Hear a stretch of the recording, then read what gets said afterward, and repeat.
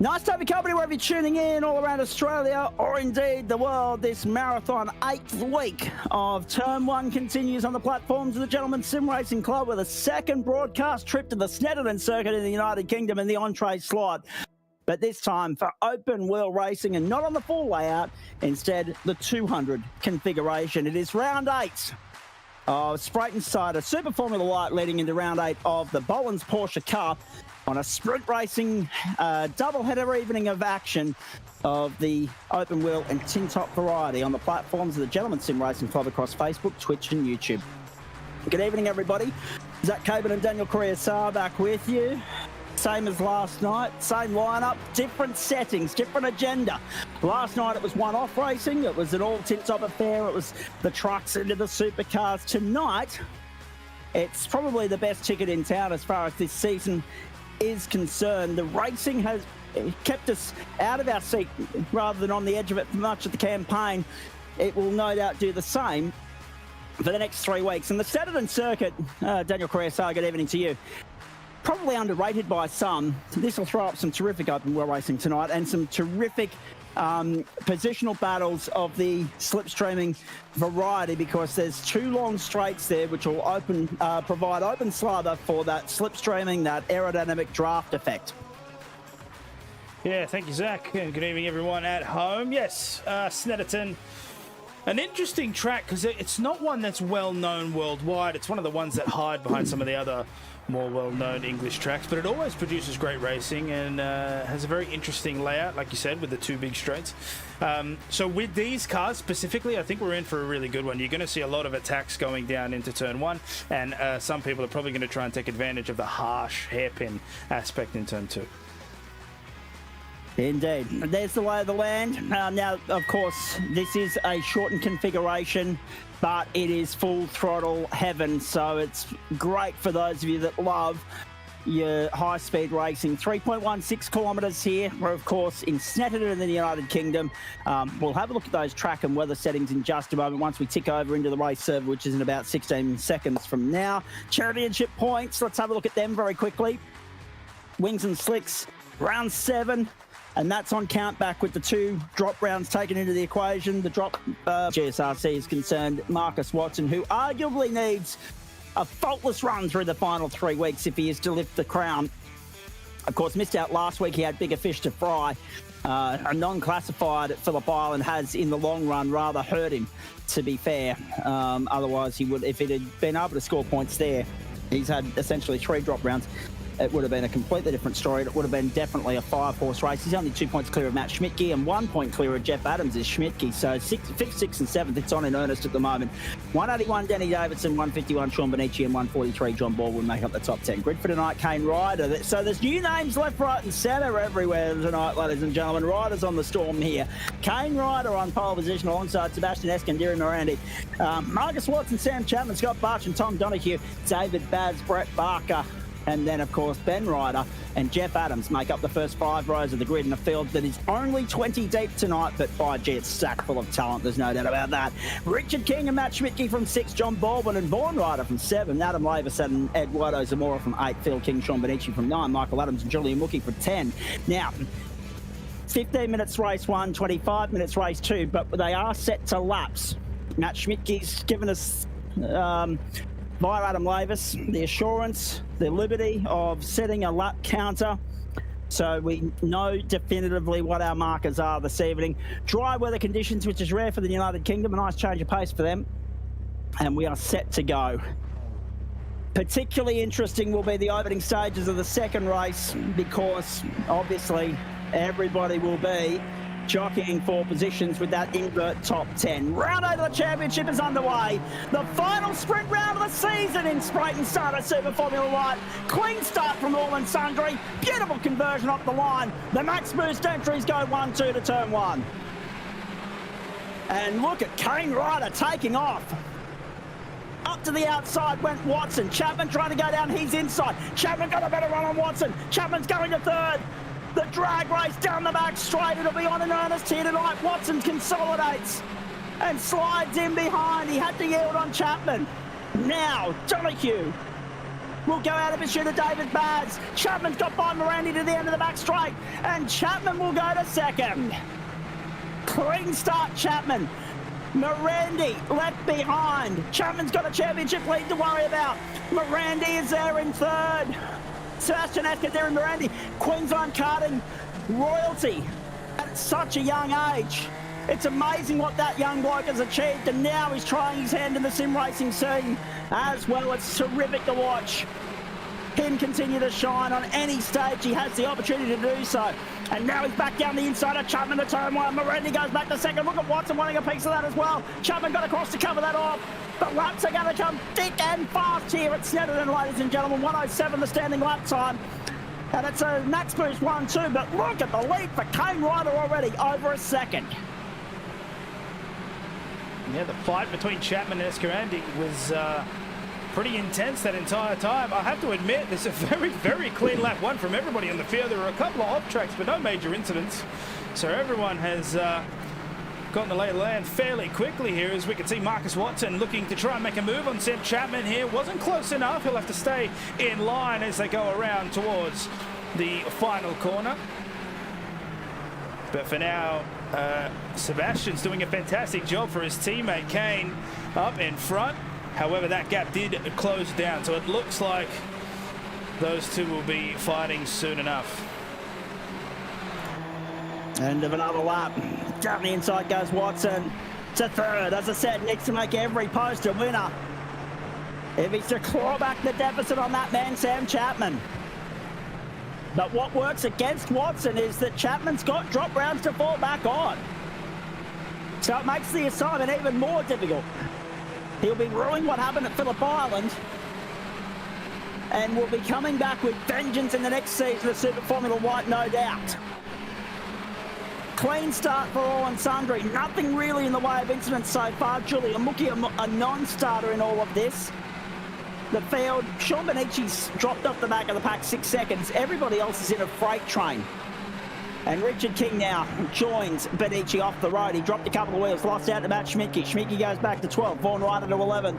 Biggest mover so far is Vaughan Ryder, up 3 spots into 11th. And look at them hanging 2 wheels in the dirt. That was Watson. Well, he's just proving how well versed he is across different disciplines. He's mastering rallycross in a Super Formula Light car now. Look at him. Did well not to get taken by the grass. We know how deadly that can be on some different racetracks here, Dan, on the iRacing server. It varies surface to surface, track to track, continent to continent. Thankfully, the grass a bit more forgiving here at Snetterton than it would be elsewhere. Yeah, it also depends on how much downforce you've got in the car, so you do get a little bit of forgiveness because that downforce can help to keep the car contact on the road. As looks like Barchett goes down the inside of Chapman and gets it done, actually. Very good, moves up to P4, says Chapman is moving backwards from the start of this race. He had a good run on the first lap, but now it seems he's slowly moving backwards. So I don't know if this is more of he's saving for the end? I'd imagine no. It's a very quick sprint round. You'd want to be as Watson is off the track again. He's got to be very careful of those, because it's not going to feel good under the front tyres. However, out at front, Kane Ryder and Sebastian Iskandari. That's gonna trip me up. They're away with it. There's always a name that's going to trip you up. I found that out a couple of weeks ago in the Porsches, remember?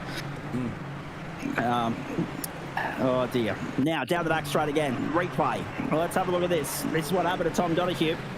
Again, another one of our championship contenders. Certainly the fight at the moment. Trouble! Loop-de-loop. Loses one spot. Going to lose two. Oh, geez, the rejoin's going to be interesting there, but he got away with it. Rejoins in 11th. Now, that's important. We need to keep an eye on Donahue in 11th if we can, Dan, because he's all over the back of Matt Schmidtke like a cheap suit, who's all over the back of Jeff Adams. They are all fighting for that invert. Two are going to get it. One isn't at this point in time. Kane Ryder has got to the lead on Sebastian Eskandari-Morandi as well. So Ryder the leader, Morandi is reeling him in. Bit by bit, Sebastian, 101.603, fastest lap of the race. Have a look at this. Here we go. This is exactly what we spoke about. This is exactly what we were talking about. Schmidt to the outside of Adams. Goes by on the outside. Takes 9. Adams back there on the inside. Will yield for the moment. Had no choice. Schmidt got across to cover him off. And here comes Tom Donahue down the outside. He'll be trying to do what Chapman did earlier on Watson. Isn't able to do it just yet. Go around the outside, hold the line, hold the speed, the momentum, and then get him back on the inside as it goes from that right to the flick back left to head down the back straight. And now he's getting a toe. Whoa. Down the back straight we go. Have a look at this. 3 wide if you don't mind. Somebody's got to give. It's not Donahue. He's going to get 2 for the price of 1. Brilliant work from Donahue. Adam Lavis now wants a piece of it as well. Jeff Adams bobbled into the side of him. Momentum carried him there off the ripple strip. A little bit of front to rear contact, Lavis on Adams, but no harm, no foul. Racing incident, play on. Yeah, very lucky to hit that sausage curb and not create any damage or a major incident. They touched the nose there, but it looks like he's still got his side panels there, so that's fine. Jeff Adams now looking to the inside, the same as Schmidtke did to him. Doesn't quite get the move done. Might be able to get it done in the braking zone. As even Adam looks for the position. No, but he knew it. Yeah, Tom Donahue got pulled up by that before. So, yeah, this is one of those things where you really got to watch out. Oh, all the debris getting kicked up there. They're just using all of the track and then some. That's a word we haven't used in a while. That's true. That's true. And there was plenty of it last night at Talladega. Yes. Here's Eskandari. So after a sluggish start, Ryder's lead has been reeled back in. And the youngster, the 704, will look to get by the 718. There will be no team orders here. There will be no holds barred. It's Eskandari versus Ryder. First and second at the moment. Watson, Barchin. Then you go back to Chapman, Barker, Baz, Ryder. Important for Tommy Donahue that he was able to get by Schmidt and Adams the way that he did. It's put him in the top 10. It's a front row start for the invert if he stays where he is right now. Halfway through this race, we're on lap 8 of 15. 7 3/4 minutes gone. It's a 16-minute heat. So we were having this discussion before we went on air, weren't we, Dan? We will give iRacing a little bit of time back here. But at least we do have a definitive marker, and I'm not sitting here crunching the numbers trying to work out the calculator as we go. It's a definitive 15 laps. It will be just under 15.5 minutes based on current pace, and therefore iRacing gets half a minute back. I often say to people, and I've said to you guys just tonight, that, given the good that we do for them and vice versa, we should take every penny we can get, make the most of every second we've got, but it is what it is. At least we've got a definitive lap number here, and the feature race coming up will most likely be a 25 lapper as well. I haven't seen the number set for it yet, but my guess is 25. It'll be over 27 minutes, and there will be a splash and dash drop down pit lane in the middle as well. Back straight, the top 2 have gapped Marcus Watson, who's gapped Scott Barchin, who's gapped Sam Chapman. But the championship contenders are staying out of trouble, and that's the most important thing. So interestingly, with these two teammates, it seems as though Sebastian is content to just sit behind his leading teammate there. what's curious is if we have a look at the lap time spread, so you can see that Eskandari is the faster of the two, which does make sense since he is in the tow. So he's got an average lap time over the last 5 laps of a 101.7. Kane is just underneath that, and Marcus Watson's actually almost keeping pace with them. So even though, and as I say that, he makes me a liar as he shoots to the inside and takes the lead. Job done. Beautifully done. That's Kane Ryder slotting back into second spot. Morandi set that up perfectly. Executed it without any hesitation, without any waiting. He was not waiting for an invitation. He knows how evenly matched those two are at the moment. What will be interesting to see now that the roles are reversed is whether Ryder can stay with Eskandari or whether Sebastian's going to take off. So far, it's too early to tell. It's 2-3 car lengths in favour of Eskandari. So Ryder second, Watson third, Barchin, Chapman, Barker, Baz, Ryder, Donahue, Schmidt in the top 10. Matt's got the invert pole at the moment. Adam Lavis is in 12 behind Jeff Adams. They're chasing Schmidt, so it's a three-way fight for the last spot in the top 10. Around the grounds tonight, we'll have the NRL scores from Newcastle Knights Dolphins, the AFL from the G. Carlton putting on a clinic so far in the first quarter. 4:13 still on the clock. They lead 4-4, 28 to 0-1-1 over the Richmond Tigers. And of course, it's been a big day for motorsport fans. We're in Grand Prix mode at the moment. Grand Prix fever, having watched all the action from the support car today at the Albert Park Grand Prix circuit ahead of cars hitting the circuit tomorrow for practice one of the Louis Vuitton Australian Formula One Grand Prix weekend. Huge weekend for motorsport fans. The IMSA 12-hour from Sebring, the NASCAR from Vegas, and of course the MotoGP from Argentina as well. A lot to be excited about this weekend. And of course, don't forget the main course tonight is another concrete canyon. We featured a concrete canyon earlier in the week in GT4. We'll do it again with the Porsches. We're off to Long Beach tonight for sprint racing, the fourth of 5 sprint rounds in their season. And this round here, this Super Formula Light round right here, is the first of 2 rounds in the last 3 weeks on United Kingdom soil. Next week they go to Mount Panorama and then on to Brands Hatch for the season finale. And we are excited about what Brands Hatch might bring to the table. Maybe some precipitation. We've not had,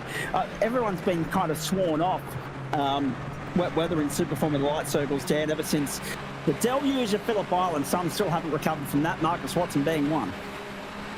Yeah, it was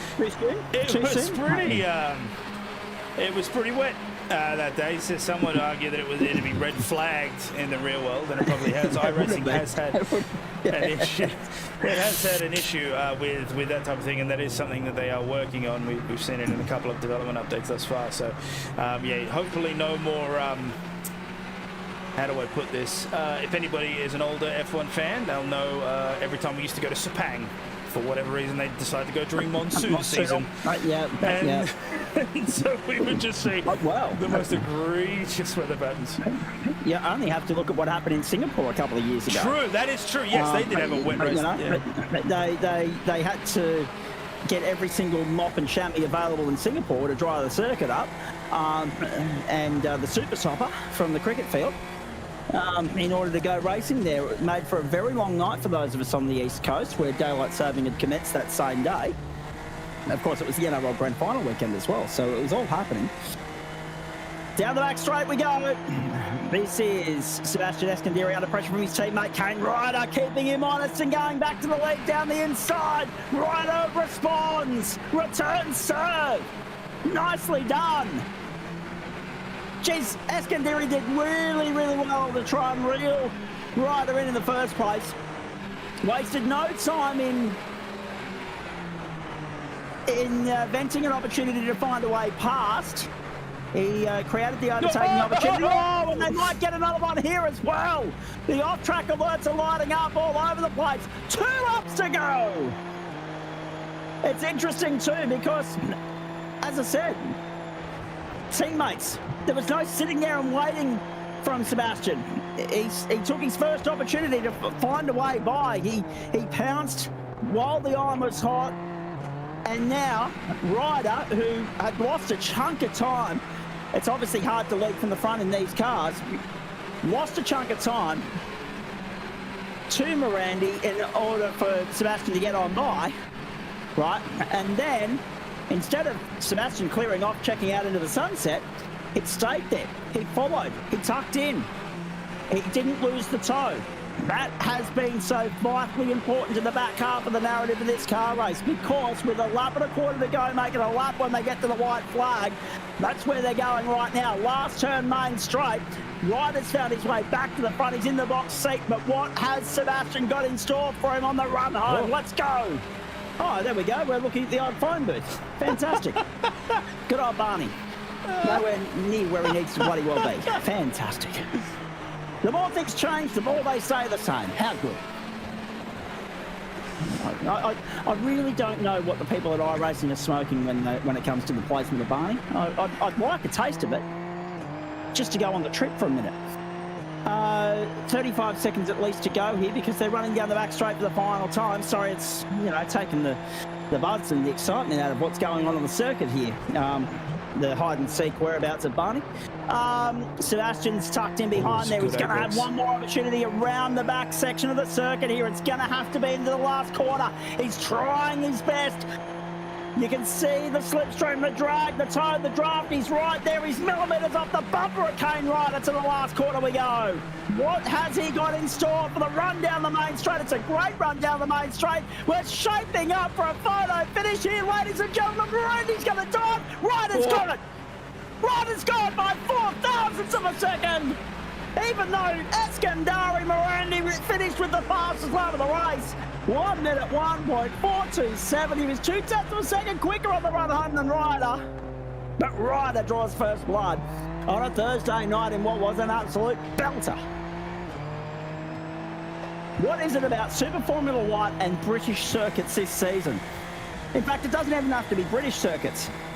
Some of the racing that we've seen here in Super Formula Lights has been the best we've ever brought you on the platforms of the GSRC. And I say that as someone that loves Formula V with unabashed admiration and passion and enthusiasm. And I'm so disappointed that we don't have it on our offering in Turn 1. But it is impossible to ignore. You cannot deny the entertainment factor, the quality of the spectacle of the product of Super Formula Light, which thanks to Spreyton Ciders so far this season. Ryder from Morandi, 0.037. Watson got home for third. That's as best he could hope for. And really, he's the best of the championship contenders. Those two aren't in contention ahead of him. But they do take precious, vitally important points away from Watson's championship fight. Barchin, Chapman, Barker, Baz, Ryder, Donahue, Schmidtke got the invert. Lavis got by Adams late in the piece. We couldn't take our eyes off what was going on up front. Zamora, Adams, the two Kings, Phil and Richard. Then Sean Benici, Ben Ryder, John Baldwin. And that rounds out your field. 19 start, 18 come home. John, unfortunately, parked up early in the piece. It'll be interesting to see if he stayed in the server or departed. If he's departed, we're down to 18. If he stayed, he'll start from 19th on the grid. Your thoughts on that, Dan? Yeah, it's a crazy race. I have to. This is my first. I'm not sure if the Team Max Boost guys were present last week, because obviously I was out. Sebastian, I think we've seen already. Okay. Yeah. Well, bloody hell, they've made a show, haven't they? They've come in. Obviously, it's in the later half of the season, so they're not going to be able to score enough points. Last week. Okay. Yeah, so they're not going to be able to make enough points in order to fight for a championship or anything like that. But I hope they stick around for next season, because they're quick. Oh, smart. It's interesting too, isn't it? When you look through this season, Aiden Luthwaite, we haven't seen him since week 1. He won the opening round. Sebastian won last week through the middle. Tom Donahue won round 2 at the Island. Thruxton was an absolute belter. Chapman won the round despite not winning a race. The 2 race wins, one was taken by Marcus Watson and the other was taken by Hamish Clelland, who we haven't seen since then. Right, round 4 at Canadian Tire Motorsport Park, also a showstopper. Race 2 won by Chapman, race 1 won by Watson.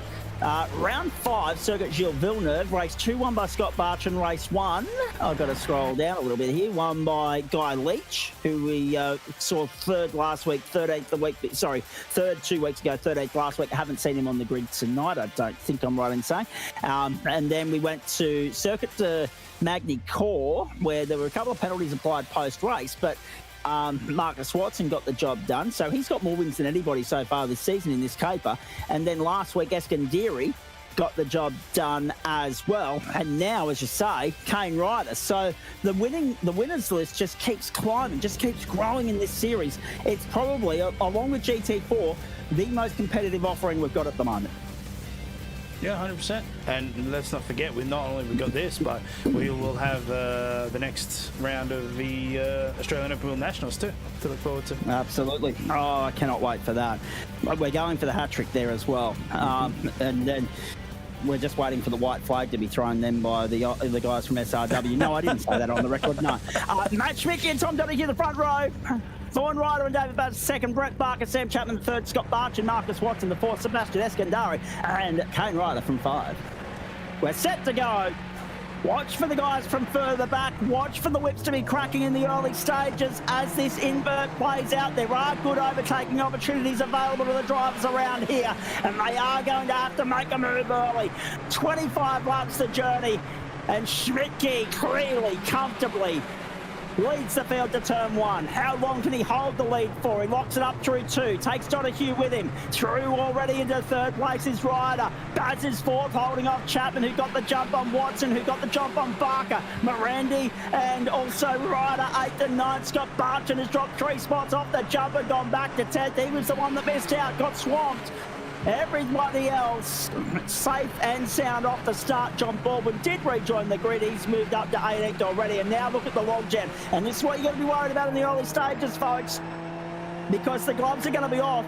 The stakes have raised. The elbows are going to be out. These guys can't rest on their laurels here. They need to hit the ground running while the whips are cracking.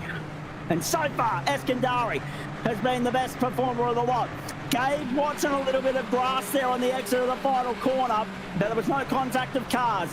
Morandi goes into 6th place, up 3 spots already. Kane Ryder goes with him. Brett Barker back to 8. Watson back to 9th now. And Chapman almost up the clucker of Donahue, who's there right on the tail of Baz.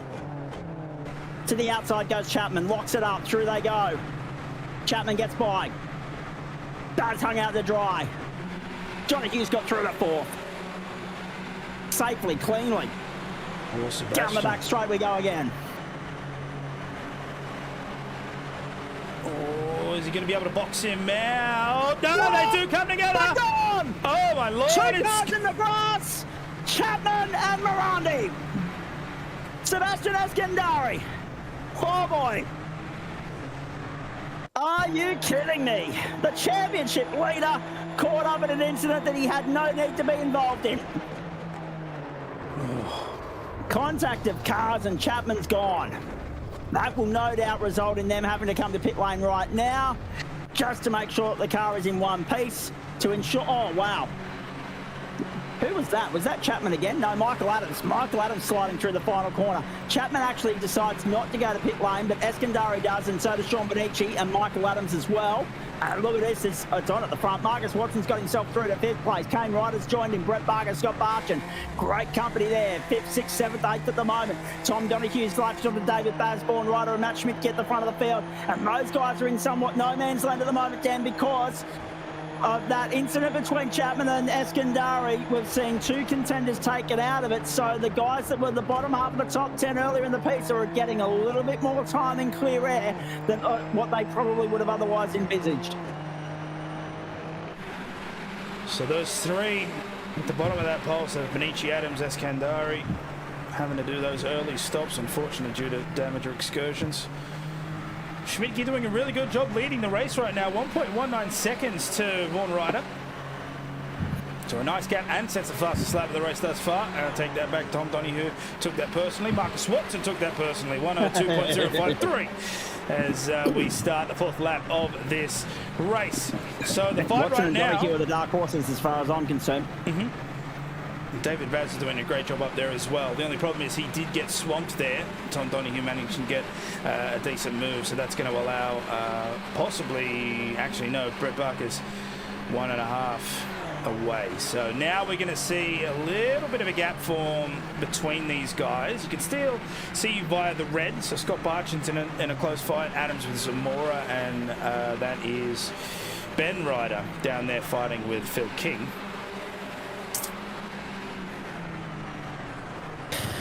Whew. After, 4 minutes, we have a chance to draw a breath. It's been a frantic start. The feature race always is. The sprint rounds, which we've seen this season at Thruxton, Canadian Tire Motorsport Park, Circuit Gilles Villeneuve, and now here, have held our attention from first until last and captivated our imagination every step of the way. 19 degrees the ambient, 20 on track, dry conditions. We're at 4:05 in the afternoon. It's looking relatively dark, even by British standards. And service settings would suggest, I'm not sure what date the server is set to, but even then, it is dark by United Kingdom standards for that time of the day. There's no rain in the forecast, so it'll be interesting to see whether the sun wants to poke through from behind the clouds or not. But that track temperature is at a cool and comfortable tempo, good enough for these guys to punch out some Hollywood numbers and reduce the tyre wear on these things. These are almost perfect track temperature conditions for the open wheelers on a Thursday night. Jeff Adams in 10th place now. Missed out on the invert earlier. It's moved up 2 spots at the start. Eduardo Zamora bowls it wide. Gets onto the grass and gravel. On the exit of the final corner down the main straight we go. I'm glad we went Snetterton 200, not Snetterton 300 just quietly. Fantastic stuff. And it is producing fireworks from first until last. Marcus Watson, fastest start of the race, latches onto the top 4. This is exactly what we spoke about. The thing that is concerning, though, is that no one's been able to go with Watson. Barchan's 3 seconds down the road. Behind him is Barker, Adams, and Lavis, and King. What will be interesting is Sam Chapman's down there in 14th at the moment with an invoice to pay. So this could well be a round to forget for our championship leader, and that falls into the laps of everybody chasing him at the moment. It was a 12-point advantage that he enjoyed going into this round. He's got some points to fall back on, but they're by no means perfect rounds for Chapman, so it could well tighten things up at the top end of town going into the final 2 rounds of the season. Mount Panorama next week, and then of course we go to Brands Hatch the week after. Now be advised too, ladies and gentlemen, on the platforms of the GSRC, I probably should do these over the weekend, these banners and broadcast updates. Earlier start time Wednesday, Thursday night, the next couple of weeks. Whoa, squeezing down the inside. Von Ryder wants to go to the lead. Tom Donahue wants a piece of Matt Schmidtke as well, and Schmidtke slams the door shut. David Bass is under pressure from Marcus Watson. It's a 5-horse race at the front. Lap 7 to 25. 7 minutes gone. 18 to go. Lap-wise, once we're done here, this is cracking pace being set at the front end of town, and really intense competition unfolding before our very eyes on the platforms of the Gentleman Sim Racing Club. And we've still got the Porsches from Long Beach to come. Really good night to be in the booth. But be advised, next week and the week after, earlier starts Thursday and Wednesday night. We're going to be with you from 7:25 Eastern Daylight Time, not 7:40. Everything's starting a few minutes earlier next week and the week after due to longer races for the trucks in week 10, for the Porsches week 9 and 10, and for the supercars in both weeks, because they've got their 60-minute race in week 10 and they've got an earlier start in week 9 because they're running the super sprint format. So earlier start the next 2 Wednesday nights. So it will definitely be, whoa, that was hairy, so that was close, and that was too close. Ryder got hung out to dry, got bowled into the grass, drops back to 5th. Scott Barton will latch onto that and want a piece of that any tick of the clock. Look at Watson going to the outside of Donahue. Schmidtke doing a remarkable job here to contain the pack and keep them at bay. More good fortune, I guess, than anything else, considering that already we're seeing David Baz and Eduardo Zamora and a couple of others get caught up in incidents. David Baz that time around, how lucky he was that it was only a mild excursion onto the grass. Back to the main straight we go. So yes, it will be lunchtime for our Western Australian audience next week when you join us for Wednesday and Thursday night, and the week after it'll be Friday, the Monday night as well, starting at 7:25 Eastern. Here goes Marcus Watson around the side of Matt Schmidtke to turn 1 and couldn't get it done. Now Schmidtke closing the door on the run to turn 2. Watson goes to the outside, bowls the dummy, tries to sucker punch it, go to the inside. There he's outside, and he's almost under pressure from David Bass and Tom Donahue. Schmidtke doing a remarkable job here. This is Defence Work 101. This is the sort of stuff that the likes of Hobson and Dench and Bond, all those guys that are known for their defence work, can be very proud of. But the defence card has been dropped because Watson used the slipstream to his advantage to finally get to the front, go to the lead, and look to go on and claim his 4th win of the season in Spreyton Ciders Super Formula Light. Oh, save me, Dan. I need a breath. One of the things you've got to watch out for when you're seeing battles like this is look at how many cars managed to come up and join the fight. Now there's 7 in on this battle, and some of them go wide back, goes right to the back. Come on, there it is. Carnage on the main straight. Donahue out of trouble, out of business. He rolls it straight into pit lane. Barton and Baz dive straight out of that. They go to pit lane as well. Schmidtke goes along the tow rope route to his pit box, and he's not going to be done. Can you believe this? Oh. Baz got into the back of Schmidtke, and then it was just a knock-on effect. Well avoided by Tom Donahue. He was like, I'm not having a piece of this. I'm going straight to pit lane now.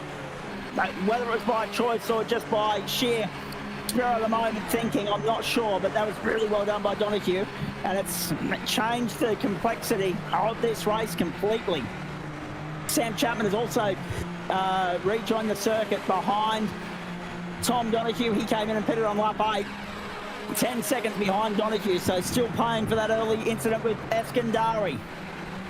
He incidentally has got himself back to 10th place, but there's a big cloud over whether the guys that stopped lap 2 and 3, Dan, can make it to the finish. Yeah, Watson's in. Watson is in. We'll have to see how that plays out. What I was going to do was actually mention the race pace of the but then obviously that crash caused it all. But as we can see here, so to no surprise, Eskandari has been absolutely blitzing it down at the back there. 101.6 is the average lap time for him. And then Marcus Watson, of course, was doing some work out in front. But you can see the fighting of these guys caused them to drop off that fast average lap. So Ryder, that's Kane Ryder, up there with Sebastian, his teammate, and then Brett Barker wasn't doing too bad.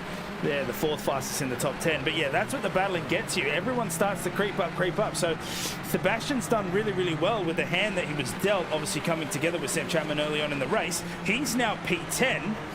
The question's going to be whether or not he can keep carving through the field. We still have a decent amount of laps to go, so anything's possible. And to be considered that the top 7 are yet to pit.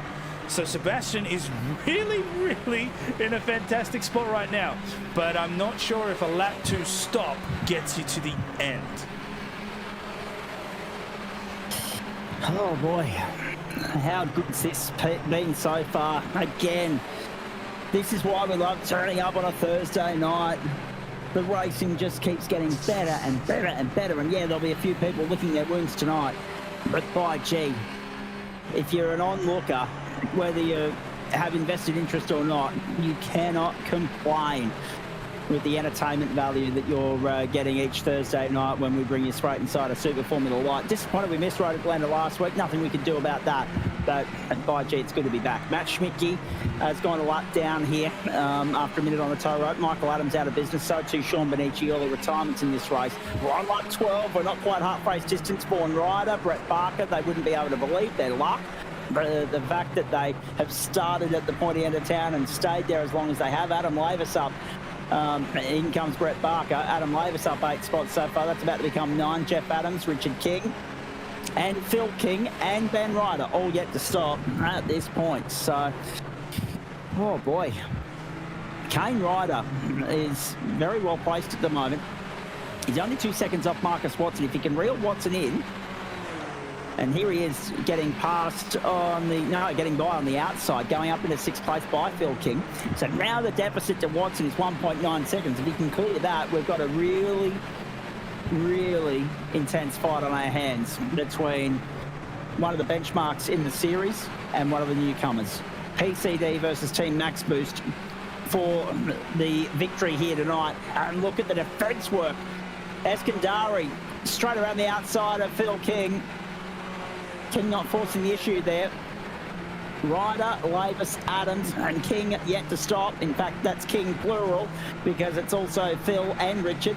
And Ben Ryder, the only other one yet to stop so far. We've got an asterisk next to the guys that stop lap 3 and 2. That's Ryder and Eskandari. If they can make it home from there, all power to them. Richard King comes to pit lane. Field not yet cleansed.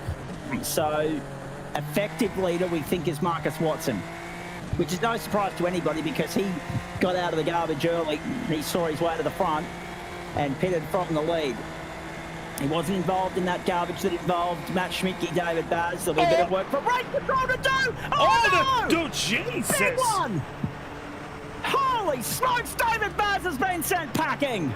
Scott Barchin, the other one involved in that incident, on wheel-to-wheel contact, and the rear end of David Baz's car has parted company with it. So he gets tagged. Look at that, whooshka. That's iRacing things, software. Yeah. It looks almost comical there. No rear wing, though. That was enough to remove the rear wing. That's, okay. David Baz out of business. Another one bites the dust. Riders on the Storm and another one bites the dust. They're the two songs we need at the moment because we've got 3 riders in the race. We've got no Storm, which is surprising. Again, no rain in the United Kingdom. Blow me down. And, of course, another one bites the dust. Applicable to Baz, to Adams and Benici already in this race. And now Scott Barcher to the outside. Surely, see, that's got, again, it's very fitting because it's the United Kingdom. It's got Verstappen Hamilton vibes all over it, that one. I don't know why. I dare say race control may have a look at that and respond accordingly. Tim Watson in race control for us tonight. He's got a bit of adjudication to do. Barker goes to 8th, King back to 9th. That's a nice bit of driving from Brett Barker. Top 3 still yet to stop. Watson's got now 2.2 seconds on Kane Ryder, so he's looking good. Morandi is close to within 1 of his teammate Ryder. They need to work together, those two, to try and reel Watson in, but once Watson's got clear air, good luck. The only person that can be responsible for his demise from here is himself, as Jeff Adams comes to pit lane. Lap 16 of 25 at the Snetterton circuit in the United Kingdom. Porsches from the concrete canyon of Long Beach, California to follow, an all-sprint night. 4 races for the price of 2 on the platforms of the GSRC Thursday Night Motorsport, delivering the goods again. Something for everyone tonight. The only thing we haven't been able to give you, ladies and gentlemen, is a safety car or a red flag. They're about, and weather. They're about the only 3 things here. In the normal, what might happen in a motor race bingo card that we haven't been able to tick off. We've had crashes, we've had drama, we've had overtaking manoeuvres, we've had excitement, we've had battles, we've had just about everything else, including mistakes like that one from Tom Donahue, and that's going to drop him down to 11th. So all the hard work undone, unfortunately, by Tommy, one of the championship contenders. Yeah, absolutely.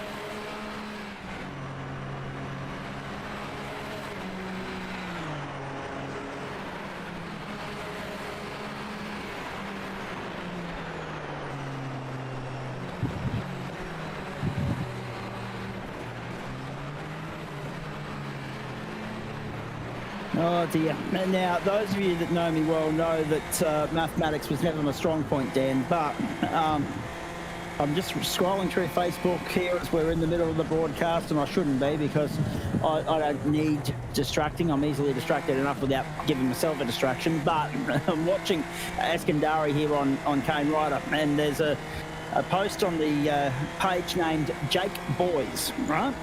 It's a mathematical one. 130 plus 100 times 5 equals 630, and 100 plus 130 times 5 is 750. With the simple comment, why? And I'll tell you why. It's because it's general, simple mathematics, and if you'd actually paid attention in school, you'd know that you do the multiplication first and then the addition second. Idiot. Anyway, it doesn't matter. Back to the main straight. Jesus Christ. So it's 130 times 5. Yeah. So Eskandari is out of business, and that will probably rule. That'll probably rule his teammate out of business as well, Kane Ryder. You would imagine, who's third at the moment. That I don't think he can get 22 laps out of the tank, and obviously Morandi didn't think so either. And he's in for 6.9 seconds and out again. Tom Donahue back in as well, so that's unfortunate for him. 2 stops for him. Sam Chapman, that helps him out up to 10th place, but he'll be still ruling what might have been. I get why they're doing why he doesn't have a clue there, because 130 plus 100 and 100 plus 130 is still 230, but that's not where you start the mathematics. Jesus. Matt Schmidtke, it was going so well for him before that incident coming onto the main straight. He did a really good job of leading the field and controlling the tempo of it. Again, as is the case when the field's bunched up like that, Dan, as soon as the floodgates open, it's very hard to contain them.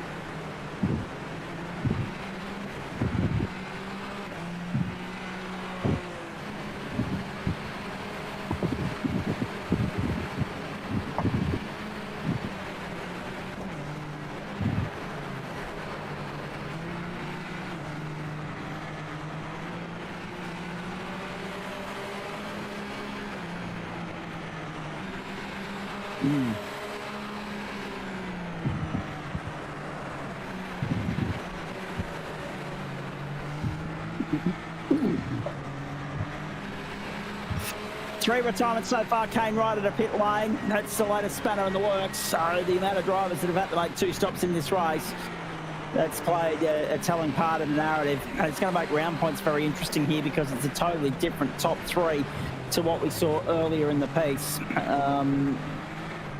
Watson has gone from 3rd in race 1 to 1st in race 2. He's the only common denominator. The 2 teammates are out of business, so that's invited Scott Barchin and Brett Barker onto the podium. New beauty. Vaughan Ryder, Adam Lavis, then Jeff Adams. Good result for those guys coming up, especially considering that they were, well, in Adams and Lavis and Jeff Adams' case, they started outside the 10 with the invert situation, and they really benefited from the mid-race garbage that involved Schmidtke and Baz and a few others, and obviously the fact that Schmidtke's been, Baz got sent packing at turn 1 in that incident with Barchin. There'll be a cloud over whether Barchin can keep his 2nd place or not, or whether race control will slap him over the wrist. And that, unfortunately, is what happened to Kane Ryder as he come back out onto the racetrack. So he's dropped in behind Tom Donahue now. Good recovery from Sam Chapman. This explains. This is why Chapo is doing what he does. This is why Chapo is in a championship-winning position, because he knew that he couldn't go into pit lane as early as the other 2 did. They dived in. Morandi, and also, of course, Kane Ryder. Chapo's persevered with a damaged car. Yes, he's going to come down 22 seconds off the pace, but he's going to do so without compromising himself with another run down pit lane. So, making the best of a bad situation. 7th isn't ideal for him. He started 6th, of course. It was 5th in race 1. And as Minnie Wolf is saying, Marcus has just hit another gear this week, and why wouldn't he? I mean, he's running on an enormous roller coaster high. He's got all the momentum and adrenaline behind him. He is just in a purple patch, and he's there with 3 laps to go, about to take a very comfortable win. It's 8.6 seconds to Barchin and Barker. Then Ryder, Lavis, Adams and Chapman. But yeah, going back to Chapman, we've seen it before. We're not sitting here singing his praises just because he's a commentary colleague or because he's the acting treasurer at the moment and paying our bills there for Dan. But we're highlighting why this guy is in championship contention, why he is a consistent performer, and why he's probably underrated by some as well as a potential threat.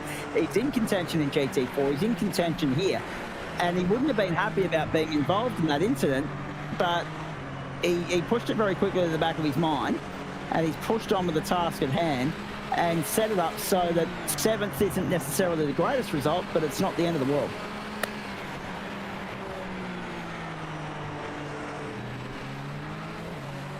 Tactical.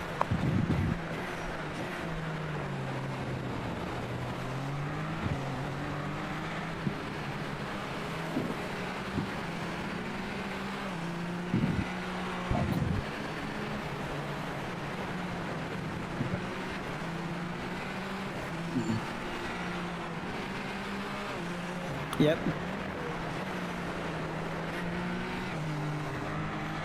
Uh-oh. Phil King just bowling it wide and kicking up a bit of grass, but he's gone on unimpeded. That's okay. Continue on. Sorry, man.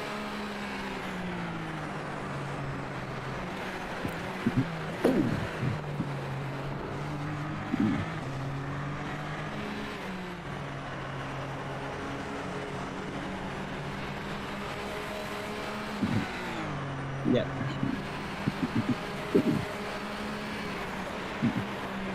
Yep.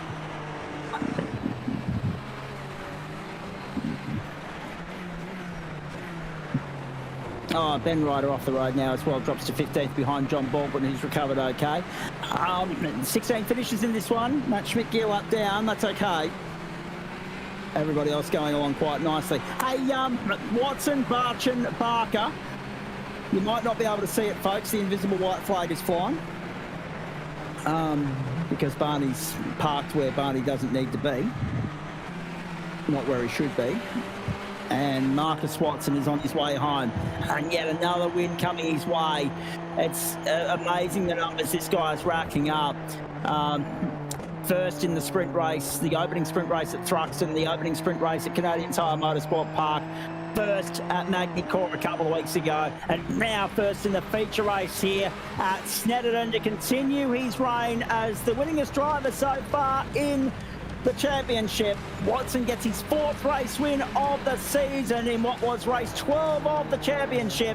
Round 8 belongs to our champion from the Race of Champions last week. To Sydney Olympic Park. Watson for PCD Racing, the 207, too good. Winning by 8.83 seconds over Scott Barchin, Brett Barker, Vaughan Ryder, Adam Lavis, Jeff Adams, Sam Chapman, Sebastian Eskandari got back to 8th, finished with the fastest lap of the race, 101.339. Then Tom Donoghue and Eduardo Zamora. Have a listen to this. We're just going to be silent for a moment here whilst Watto lights it up in celebration, and why not?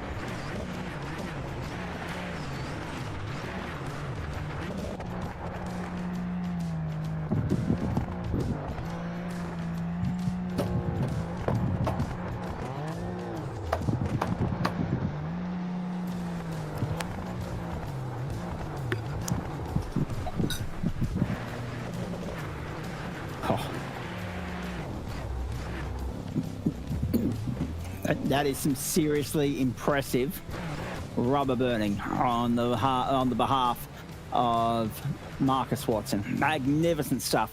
8.8 seconds to winning margin. Got the better of Barchin, Barker, Ben Ryder, Lavis, Adams, Chapman, Eskandari, Donoghue and Zamora at the top 10. Have a look at those margins in the end. There's a case of what might have been for so many here. I want to have a look at positional gains and losses in a moment. Kane Ryder was 11th. Phil King, Richard King, John Baldwin, Ben Ryder. So he's lost out in the end. He got on the tow rope towards the end of that race, I think you'll find. And Matt Schmidtke, or he got lapped on the run home, one or the other.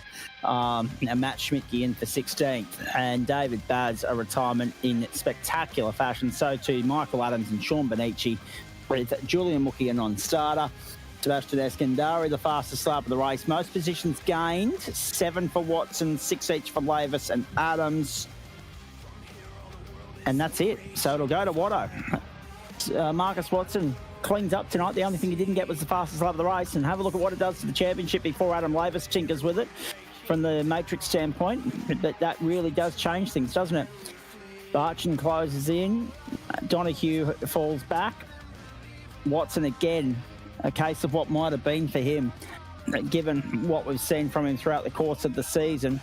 I'm about to bring him and Scotty Barchin into the commentary box as well here. We'll have a chat to them in just a moment. But really, Dan, in the final wash of it, remember, folks, 26 minutes until cars are on the grid lining up for race 1 of the 8th round of the Bowens Porsche Cup Series from Long Beach in California. 4th of 5 sprint rounds for them.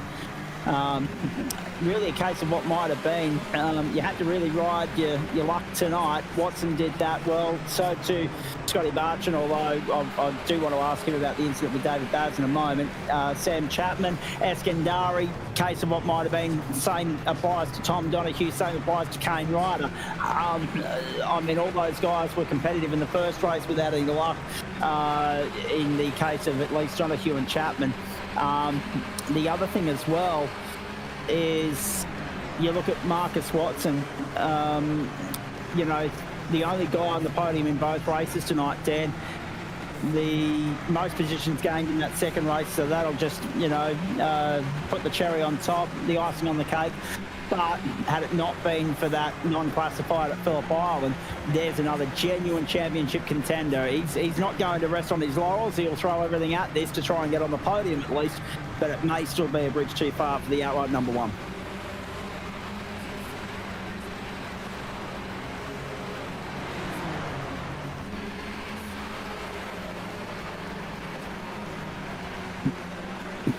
No, that's for the Team Max Boost boys, rather. Sorry, I should say. Geez, they'll be ruining what might have been, considering how good they were in race 1 to check out from the chasing pack. Marcus and Scott join us now. I might start with you, actually, Marcus. 4th win of the season, mate. More than anybody in this series so far. There's a long list of winners. We've had 12 races. You've won a third of them. There are just 2 to go. And as I said earlier, had it not been for Phillip Island, mate, and, oh, geez, how lucky were you to not be involved in that garbage, by the way. Had it not been for Phillip Island, you'd be right there in contention. Obviously, we know why you missed out on being here last week. There was another DNR in there as well. But when it's been good for you, when it's been right, you've been right at the forefront, right in the thick of it, mate. Talk us through tonight and how you enjoyed it from your perspective. Oh, tonight was an awesome race. I was actually quite worried after qualifying and the first heat. Sebastian and his teammate just absolutely pulled away from me. There was nothing I could do. I was overdriving like crazy, getting in my own head. When it come to the second race, I just remembered every time my dad or my uncle or anyone around me would tell me just to be patient and just to wait for everything to unfold around me. And I mean, that's exactly what I did. Sebastian bombed it down the inside of me at the last corner, and I just ran myself off. You can't go 2x2 around a lot of these corners, and especially how aggressive we are racing. It's going to end in a crash every time. So I just tried to sit back and let all those boys clean each other out, which they did, which I was very happy with, because honestly, without Sebastian, even at the end there, before he pitted at the end, he was coming for me, and he was super fast, and it was really good racing with him. It's the first time I've raced with him on the sim. Obviously, I know he's a awesome kart racer, and I follow a lot of the stuff he does, so it was a big honor to actually race him tonight. And he was very quick, but in that end race you just have to be patient, and a lot of those people in the race were not being patient. They were fast, but they weren't patient enough. And when it come down to, I was in 6th, I think, and the top 5 were basically all that started up the front from the reverse top 10, so I knew I just had to get my way through them quickly and cleanly, and I was going to be all good. How is it knowing that Matt Schmidtke, by the way, just saying he ended up in first out of the last corner. Unfortunate that he didn't realise then the first bump blew his engine. Yeah, so obviously a misgear issue, then the bump, and then it was curtains for Matty Schmidtke. Unfortunately, he'll bounce back from that. How difficult is it, Marcus? Because at the end of the day, you're still in the top 5 of the championship. Race 1, the two guys that have blown in here and really set the world on fire in the last couple of weeks, lighting up a storm. They're not in championship contention. They're just here to throw the cat amongst the pigeons and maybe, in a way, dictate how the championship plays out for everybody else by taking precious points away from them. How hard is it as a racer to, want to go for the outright result and want to try and go with them, but then also think about the fact that, as far as the rivals are concerned, the guys you've got to be most worried about, you've already got them covered off. I mean, I haven't thought about the championship at all, to be honest. With all of the series I've been racing, the only championship I really wanted to do was the GT4 championship. I'd never raced the Super Formula Light before I did it for this series, and I just like the calendar, and a lot of the cars that Gentleman Sim have to offer in their series, I like a lot of the cars they do. I like a lot of the tracks they do. I don't really think about the championship, and obviously Super Formulas have been at tracks I like every single week, and I've done the race for the race. And in the end, I mean, I didn't even know I had 4 wins. I thought I had 3 or even 2. So that's awesome. But even racing, thinking about the championship, to a point is good, but you'll either just underdrive and just get put back in the pack and just bullied around. You need to race hard, and you need to race by race. Indeed you do, and that's the last of the sprint rounds as well, mates. So now, qualifying is going to be a very important part of the narrative for the next couple of weeks, but also keeping it all together in the 40 minutes that awaits us at both Mount Panorama in Bathurst and also Brands Hatch in the United Kingdom. 2 completely different racetracks, but also it's not lost on anybody that you can't afford early incidents or mistakes there. A, the stakes are high, but B, it's one chance and one chance only. It's not like tonight where if you fluff it in race 1 or race 2, you've got something to fall back on, and you know that because you've had a couple of sprint rounds that haven't exactly given you 2 great results. It's been one brilliant result and one not so great, crash hot. So talk me through the importance of pace, overall pace, particularly in qualifying the next 2 rounds, noting that Brands Hatch is particularly difficult for overtaking. Brands Hatch is more of, it's a track like this almost that it's just a tight track. If someone gets biffed off, they probably will end up just going into the fence and being out of the way most of the time. And Brands Hatch in itself is quite high speed for the tightness of the track. And so I would want to be on at least top 8 for Brands Hatch, and then for Bathurst, if there's a crash and you're too far back, it's just over, because there's only so far people can see ahead of them at Bathurst, and if there's a crash in a certain spot, the whole field will just pile into it. So for something like Bathurst, I would be pulling my hair out stressing if I wasn't on the first 2 rows. Yeah, exactly. What are you hoping to achieve over the next 2 weeks, mate? What's a pass mark for you, knowing that coming into tonight at least you had a fair deficit to try and peg back? I think when we look at how the championship's playing out, you've done your best. You were, what's the margin here? I think it's 59 points between you and Chapman going into the round. You've covered him off in both races tonight, but it's also Barch and Donahue and Lavis that you got to worry about.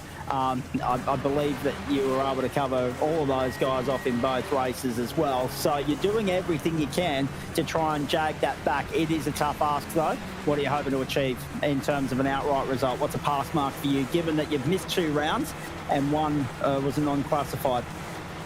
obviously with 2 non-sprint rounds. I mean, anyways, every race I do, I'll be going for the win. I'll be racing aggressive and I'll be going for the win. But a pass for me really is a top 5, a podium. Just if I have a good race and there's some good fighting and I'm not in the fence in the end of it, I'm quite happy with that. Yeah. I was going to say, there have been some big crashes this season in Super Formula Light for Spreyton Cider, no doubt about that. Last one. It's been an enormous week and a bit for you. Somebody mentioned it earlier that you're on cloud 9 at the moment. I think it's fair to say that you are in something of a purple patch. You've had a big week. You've ticked a lot of boxes. You've caught the attention of all the right people. You've achieved so much. Is that fueling the adrenaline, the momentum, the confidence of which you were driving tonight out there in Super Formula Light, or is it just is it not yet sunk in the enormity of the last week? No, it definitely has been a big push. I mean, every time I go downstairs and see the banner from Race of Champions and the trophy down there, just I know that I'm a good driver and I know I can do well in everything I race, and if I put the time in, even when I don't put the time in, I'm usually quite competitive. But after, I mean, even winning the truck race yesterday, that truck race yesterday was awesome. That was an awesome race and I did not expect to win it, and winning that, and I mean, it's back-to-back wins in the last 2 days for me, so it's been an awesome week, and it definitely has been fuel. It definitely has been fuel. Good man. Go and rest up. Well done. Catch your breath. We're going to try and do the same here in Central Commentary. By G, Super Formula Light takes us out of us every week, and we're still going to find an extra year for the Porsches. But, mate, no, well done. An extraordinary week for you. Great to watch, great to witness, and looking forward to seeing what you bring to the table over the final 2 weeks. Well done on Talladega last night as well, because, I mean, as much of a stop-start affair as it was, you were in the right place at the right time, and that's all that matters at the end. We look forward to seeing you next week. Yeah, thanks, mate. Thanks to both of you guys, Daniel and Zach, for the broadcast. It's always awesome. I love watching it back and seeing myself on it and listening to the commentary, and thanks to all the drivers for a good race too.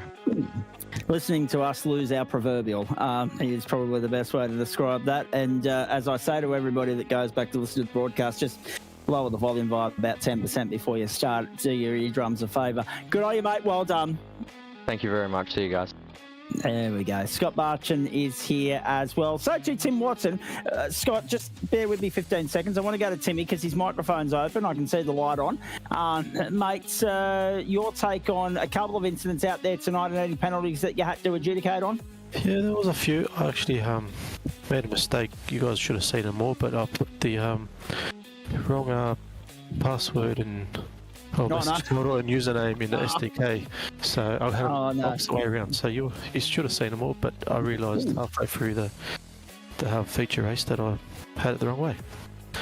So there was a few. Okay, out there. So in that case, talk us through who got whacked over the knuckles and who didn't, please, because there was one particular note of interest and it involves the guy that we're about to talk to.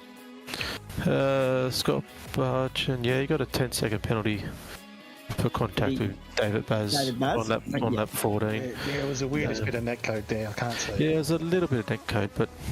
Have a look at the rest of him, and he bottoms out, slides, and as he's sliding, he goes clonk again, and that spins him into the wall, so... Yeah. It was hilarious in the sense that, not for David Baz, of course, but the iRacing...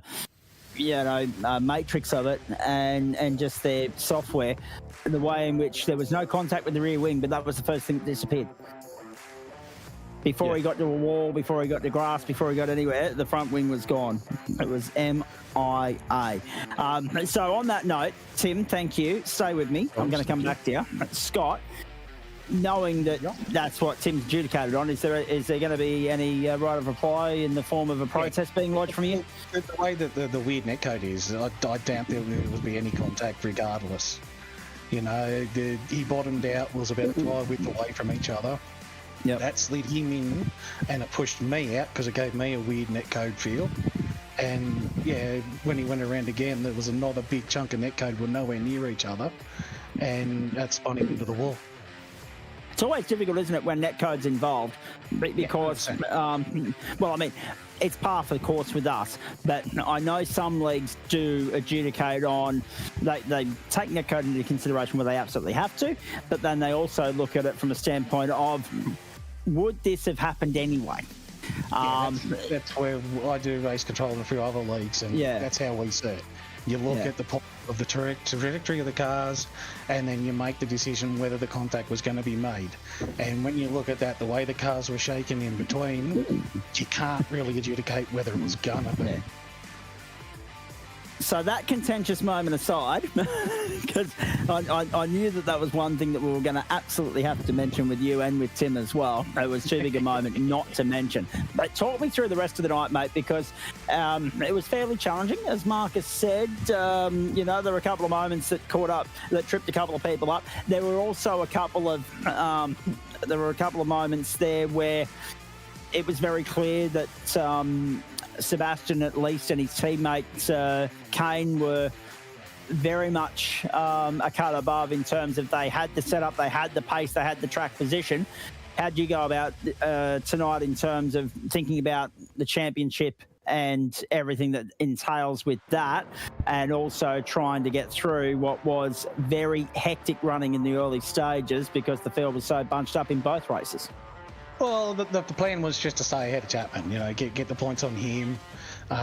Anybody else, you know, let him go. You know, it's fine. There's nothing to compare against. But, you know, you let them do what they have to do. Sometimes they crash, sometimes they don't. So you just sit back and reap the benefits if they do. Indeed. I'm just having a look at Adam Lavis update the points matrix here at the moment. So as soon as he's done that, I'll have updated championship standings for you. Snetterton, great circuit for full throttle racing. Is it one that you like? Yeah, I don't mind it. The setup choice, I think, was a bit off. Being the style of track that it is, it's got 2 long straights, but it would have been better with a higher downforce.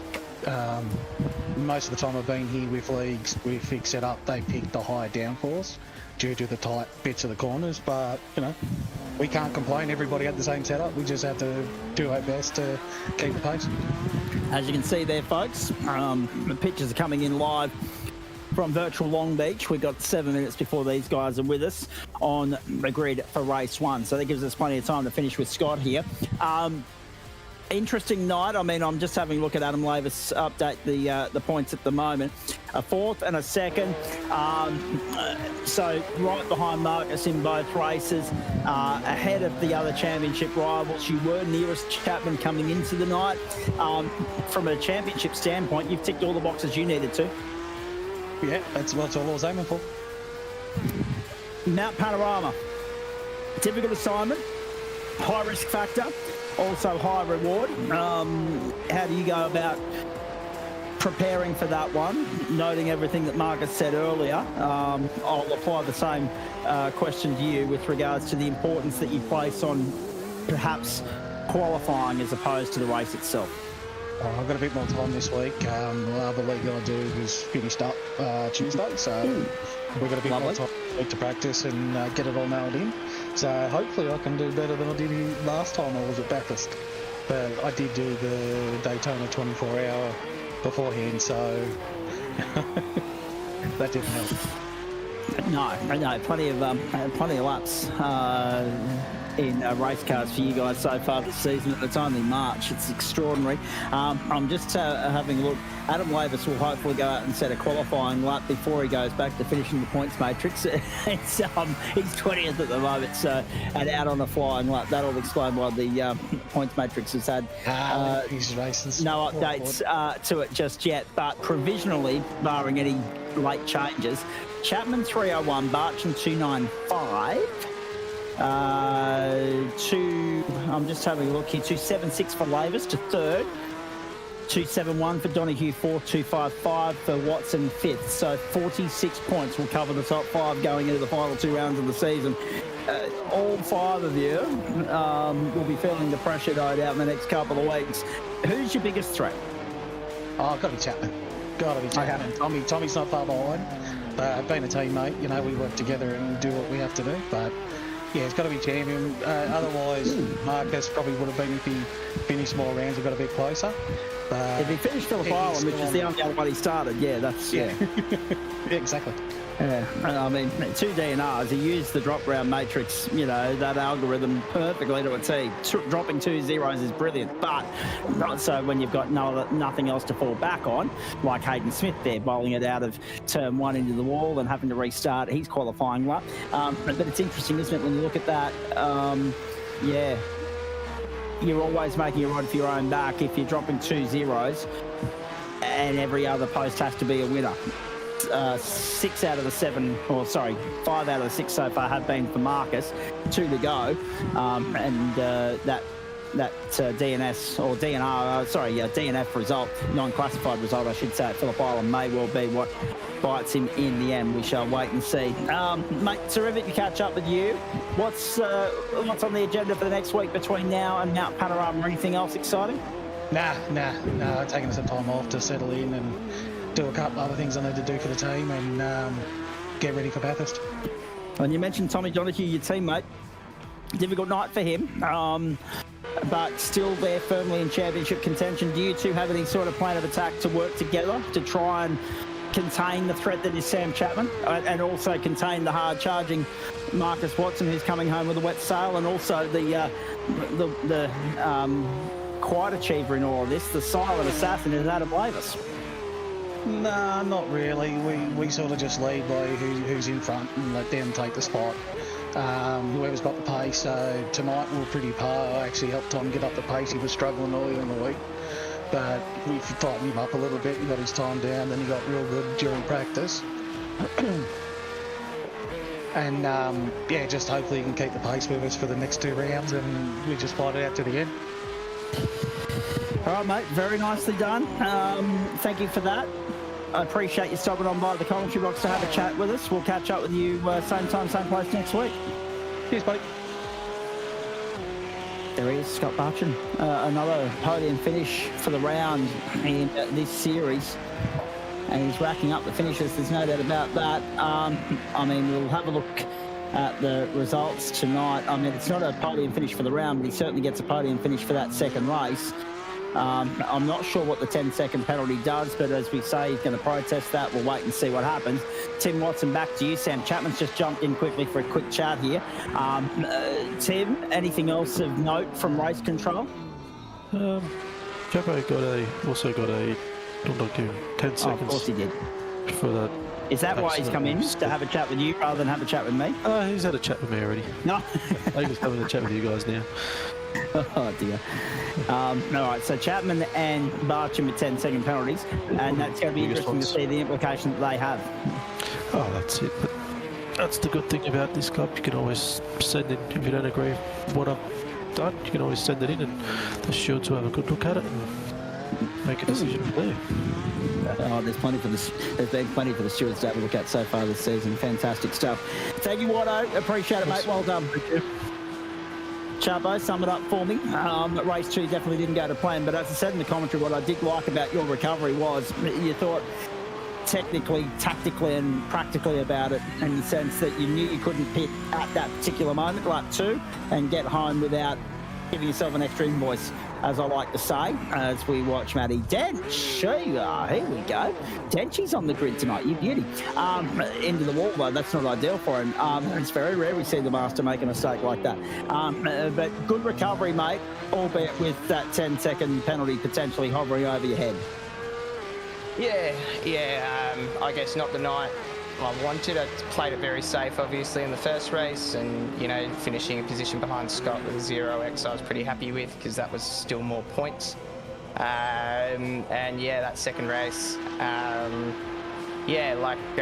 absolutely no show to Tim. Deeply thankful that he's in the RC booth and looking after it this season. The SFLs is one that does benefit from an RC, just with the open wheel aspect, and you can have a few incidents, I absolutely sort of can see, I guess, why he could come to that conclusion. I've got a slightly different read on it from how the checkup happened, all that sort of thing. Once again, we can we'll see how the stewards sort of look at it. But all in all, I mean, I only lose one place from that, I think, because I was able to pull out over 10 seconds on the other two guys behind me. So, yeah, like, you know, not brilliant, but not disastrous, and should still hold on to the championship lead with that one. All right, get out of here, go and line up on the grid for race 1 at Long Beach, mate. Let's debrief this in more detail later, please. Absolutely. I'm lining up from 33rd because my first lap was in Quali. So let's see. I think I've made the first corner once, Zach, out of about 5 attempts. So good luck. Let's have some fun. Also, good luck with me, because no time off the top tonight, folks. We'll get to race conditions, championship settings in just a moment. I've got about a minute here to go through 23 bloody rows of cars. Ranked to the double header. Bowens, Porsche Cup, round 8 of the championship. Row 1, Corey Lazarus, Ben Patterson. Row 2, Stuart Ellis, Samuel. Row 3, Matt Dench, Hayden Smith. Row 4, Eric Fenton, Chuck Phone Long. Row 5, Adam Hayne, Matt Bailey. Row 6, Ben Woods, Nick Wood. Row 7, Patrick Klein, David Hayne. Row 8, Shannon Fever, Vinnie Newen. Row 9, Jaden Wilcox and Dane Snetterton. Row 10, Craig Bond and Rory Wilson. Bondy, the fastest of the open split competitors at the moment. Dave Patel, Rodney Golan from 11, Marcus Hankey, John Akers from 12, Paul Wilson, Adam Lavis 13, Eddie Toff and Stephen Gallacher 14, Brett Bradbury, Greg Heaney 15, Bobby Camo and Nathan Michael from row 16, Tristan Koch, Sam Chapman from 17, Dean Reddit, Eduardo Zamora from 18, Barry Punter, Dale Atkins from 19, Marcus Cook and Daniel Piper from 20. From 21, it's Jonathan Hooper and Ricky Provenzali. From 22, it's Thomas Cole, who will actually be in race control, I think you'll find. No, he's not there at the moment. Maybe he'll line up, I don't know. And Aaron Smith in behind him. 44 cars around Long Beach, so all the risk factor that we've spoken about concrete jungles in the past, Daniel Correa, multiply it by about 15. Yeah, this is going to be an absolutely crazy one. So remember, 2 sprint races, a shorter one at first and a longer one at the end. And it'll be very, very interesting to see whether or not these 30-plus cars can make it around here without a lot of carnage. It's a 16-race championship. This is races 11 and 12 of it, ladies and gentlemen. The 4th one of the season, sprint racing on a Thursday night. Let's go at Long Beach. Beautiful launch off the line from Ben Patterson. Got the jump on Lazarus on the run towards the first corner. Everybody else so far good off the jump. Watch them get through the kink halfway down the main straight towards the first corner. Elvis is going to tuck into 3rd. Dench is 4th. Hold your breath. It's a log jam through here. 3 wide. That one. No! There we go. That's Hayden Smith. That's one of the championship contenders, John Akers. Yeah, so that's the open split championship lead-up. Oh, they've actually done remarkably well to get away with that. That could have been so much worse. And now it is. Oh, wow. 2 cars gone. Patrick Klein and Matt Bailey. Action aplenty on the opening lap. We'll have a look at those replays for you in just a moment. Let's see if they can stay out of trouble here. Chapman already up 4 spots. Jono Hooper and Thomas Cole not on the grid. We're down to 42. Slow start, Aaron Smith. He's gone nowhere. He's sitting middle of the road. Parked up, main straight. Maybe it's a net code issue, I'm not sure, but he is out of business for the moment. Not sure where Aaron's got to, actually. We need to try and find the Aaron Smith entry, whether he's on pit lane or whether he's... It's not showing that he's gone to pit lane on my... No, it looks like he's just dropped out completely. He's gone. So maybe a net code issue, I'm not sure. Oh, what has happened here? Stuart Ellis and Matty Dench. Uh-oh. Trouble. Trouble. Let's have a look. This was Dale Atkins. I had a good chat with Dale last night, actually. That's not how he would have envisaged his night going. And also, of course, on the run around to the final corner, Paul Wilson. Now, this final corner, a 180-degree double apex right-hander, just the knock-on effect. It happens every time. Every time. It's one of the worst corners in world motorsport, that. Greg Heaney off the road right now. Here, Matt Bailey plummeting down the order. Benny Pedersen continues to lead from the front. Got the jump on Corey Lazarus. Stuart Ellis third, Matty Dench and Samuel the top 5. Back we go. That's Benny Woods in 10th place. Fighting with Hayden Smith and Shannon Fever. Now remember, that's invert territory. And there are more pro split competitors in the field tonight, so the elite competitors should fill the invert spots. The best of the open split competitors is my little mate Bondi down there in 14th, up 5 spots already for him. Well clear of John O'Akers, who's 23rd at the moment and 4th in class. We don't know where Rory Wilson's going to be slotted, whether he's going to be an elite competitor or an open competitor, so that remains to be seen. Corey Lazarus sets the fastest run of the race, just the better of Ben Pedersen, 120.488. Stuart Ellis is third, holding off Matty Dench at the moment. You're right on board with the Dench mark, a 10-time Porsche Cup champion on the platforms of the Gentleman Sim Racing Club. Championship standings as we ventured into this round saw Smith on top 290, leading Lazarus 265, Ellis 245, Fenton 235, and Benny Woods and Robert Schultz tied for 5th on 187 points. The open split, John O'Akers 287, Craig Bond 35 a rear in second on 252. Eduardo Zamora 230, Dan Red at 226, and Bobby Camo 214, 1 point clear of Daniel Piper. And Stephen Gallacher on 205 make up the top 7. So there's the lay of the land at the moment. Tim Watson stayed with us. He's observing the Porsche race with an invested interest on how the Whiskey Business Racing entries go. Jaden Wilcox up to 16th at the moment, Dane Snetterton down to 19th. And Nathan Michael sitting there in 25th position. We've already seen Greg Heaney in trouble. He's on pit road at the moment. Dale Atkins down in 39th. And now look at this, 3 wide. Stay out of it, Bondi.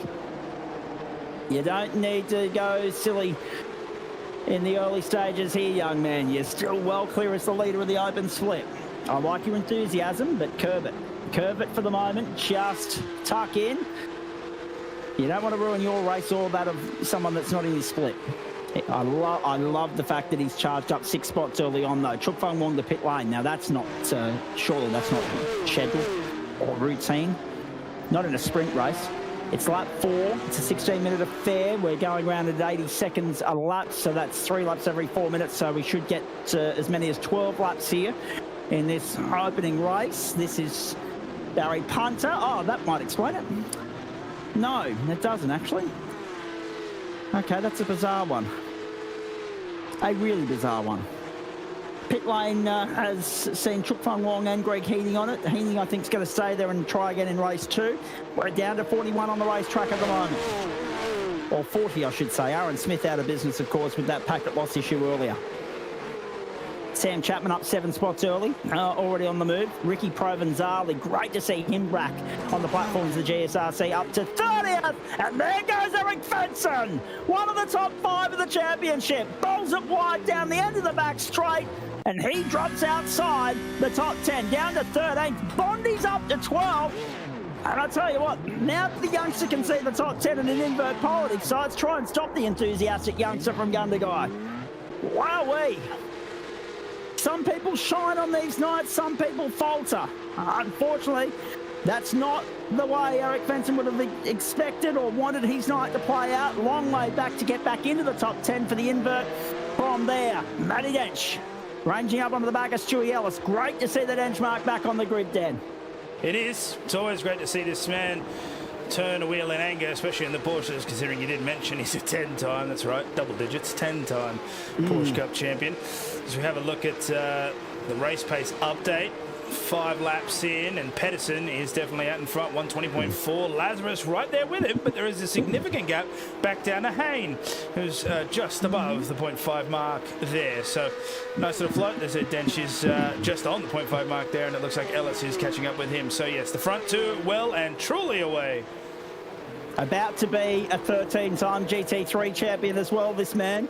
Around the grounds very quickly before all hell breaks loose again here in California.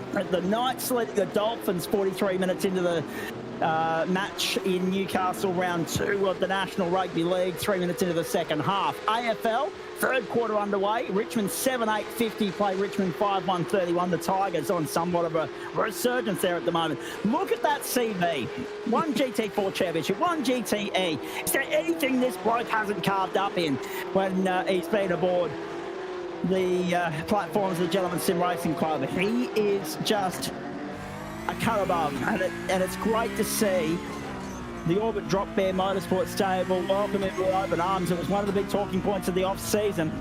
He hasn't had as much of a presence here on the GSRC platform, so it's nice to see him making a cameo appearance. And what about bloody Lazarus as well? Got to have a word with him after the race if he slides in for a chat, because a couple of weeks ago, slides into the DMs in Discord here, says, oh mate, sorry to let you know I'm out for the season. You know, I've got to focus on other things. And he's found a window of time. He's found an opportunity to still make the GSRC a priority. He's dropped a couple of rounds in the middle of the season there, and he's returned. He's got 1, 2, 3, 4, 5 race wins to his name through 6 rounds. 15th last week. Unfortunately, that didn't necessarily go his way. Whoa! Hold on. Dench! Dench to the inside! Why not? Yeah, well done. Just good! But is he going to have the speed on the exit? He took a tighter line. So this might allow Stuart Ellis to keep it around the outside. Now, he'll have the advantage going into turn 1, but he's got to remember that brake marker because it's really easy to cook it and go straight into the tyre barrier. Oh, he touched the doors! Oh, hold on. They're rocking horns. Have a look at this. Dench has still got it. And if anyone was going to pull it off, it was going to be the Dench mark. And Ellis now has to get back into the line and fend off Muir and Hayne. Extraordinary stuff. Oh, that's why he's a cut above, ladies and gentlemen. Matty Dench held it around the outside at 1. Got the momentum, held the line for 2. Stuart Ellis will have to try all over again, proving what an arduous task it is to contain the Dench mark once he finds a way by. Ellis had done so well. Dench sat in there, played the patient game, waited for his moment, pounced, and then poor old Stuart Ellis was up against it. Even though he was in the right position, he had the track line, he had the momentum, Dench still finds a way. Yeah, there's 2 things we really do have to focus on with that entire procession there. One, Stuart Ellis did exactly what he needed to do coming up into this hairpin. He stayed on the outside. He knew he got a better exit and he ran down. He knew that he would be on the side of the turn for turn 1. So he uses that side drive, he gets up there, he makes the brake mark, he does it nice and cleanly, and he keeps it in. However, here's the second point. Matthew Dench knew exactly what Stuart was going to do, kept the boot in, coming around this corner on your screen right now on the outside. Just to focus on that, there's a tyre barrier as well as a concrete barrier there. Kept the boot in, knew that he would have the line going into the Fancy Dolphin Fountain there, kept it. The whole procession, this is why I love watching Porsche Cup on a Thursday night, because you get racing like this. And to be fair, take nothing away from Stewie Ellis, right? No. Gun performer, has had a terrific season, is right there in contention. He's 3rd in the title race. He's 45 off the leader, which is Hayden Smith, and Smith's down in 7th at the moment, so all that's going to tighten up just nicely with 2 weeks to go. But the reality of the matter is, there's something about the Dench mark. Just once he gets in the groove and goes into that attack mode, which then quickly turned into defense mode, oh, good luck. Just magnificent. And it applies to anyone in this field. That is why we call him the Dench mark, ladies and gentlemen. Racecraft 101. That's all it came down to. Just street smarts and race awareness. Really well executed. Sam Muir is 5th. Adam Hayne 6th. Hayden Smith, Shannon Fever, Nick Wood, and Eric Fenson. This is what happened to Benny Woods. Oh, jeez. Again. This bloke can't buy luck, can he? Bang. We love Woodsy, but he can't buy luck. Now, the other thing I want you to keep an eye on is if any of the top 10 falter in the next couple of laps. Look who's 11th. That car. It's crabbing. Yeah, Woodsy's going to have to park it. He's on the tow rope. Woods, Cook, and Heaney, I should say, all on the tow rope at the moment. Atkins too. So they're all in business in pit lane. Nathan Michaels got back out there. So too Daniel Piper.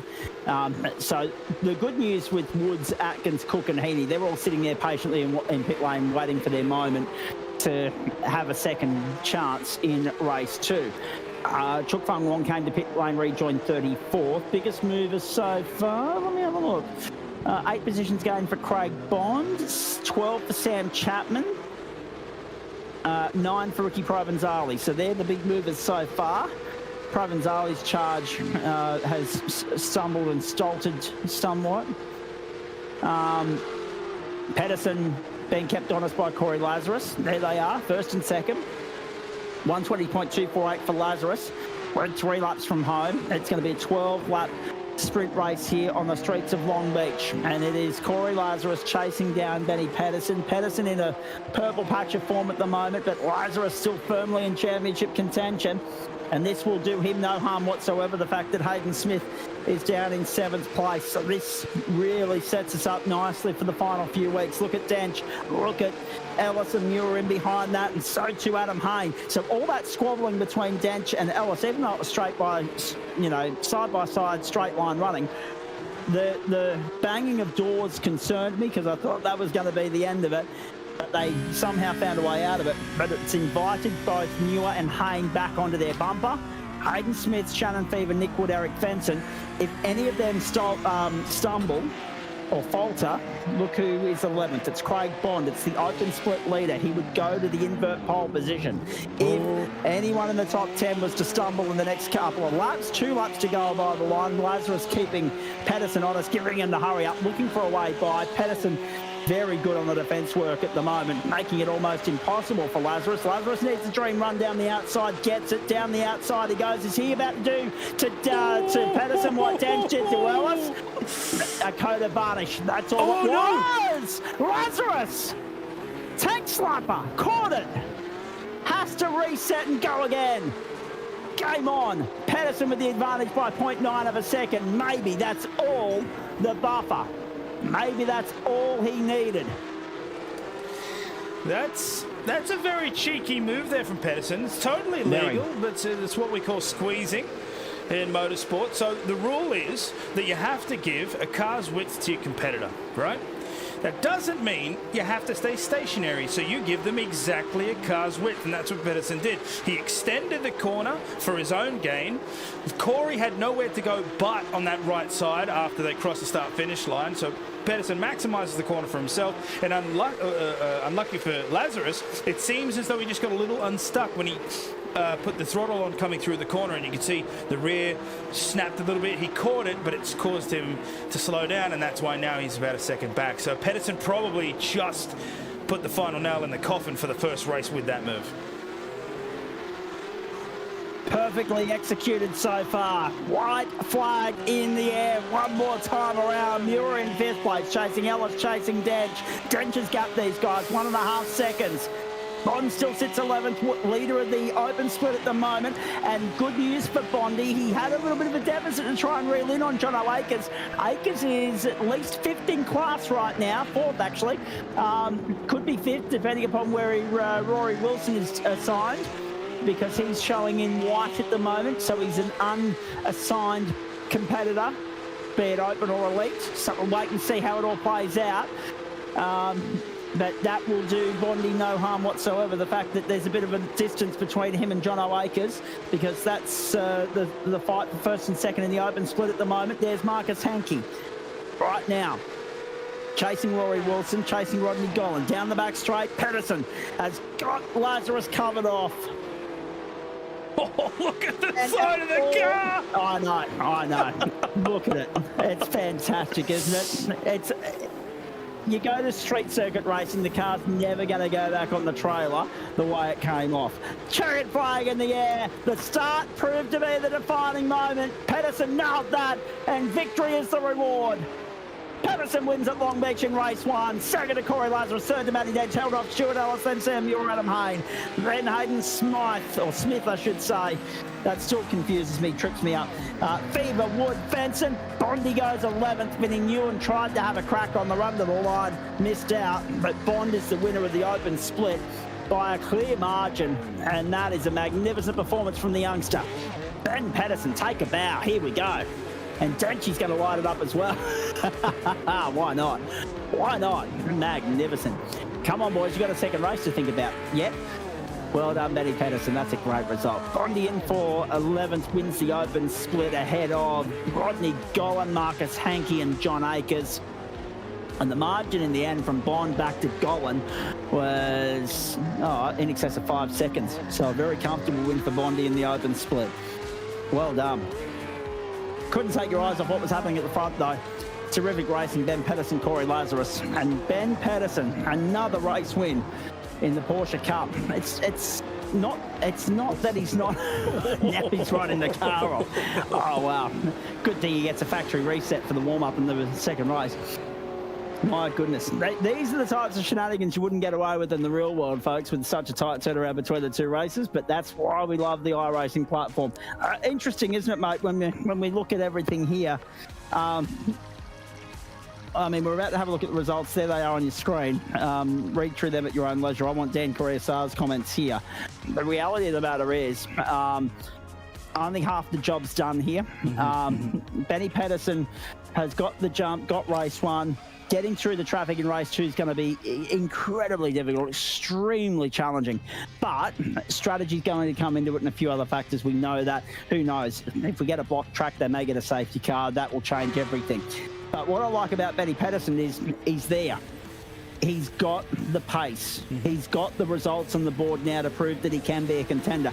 It's the next step is turning it into a week-by-week consistent performance. That's his Achilles heel at the moment. In the same way that sprint racing has tripped Denchi up in the past, that's where it is for Benny at the moment.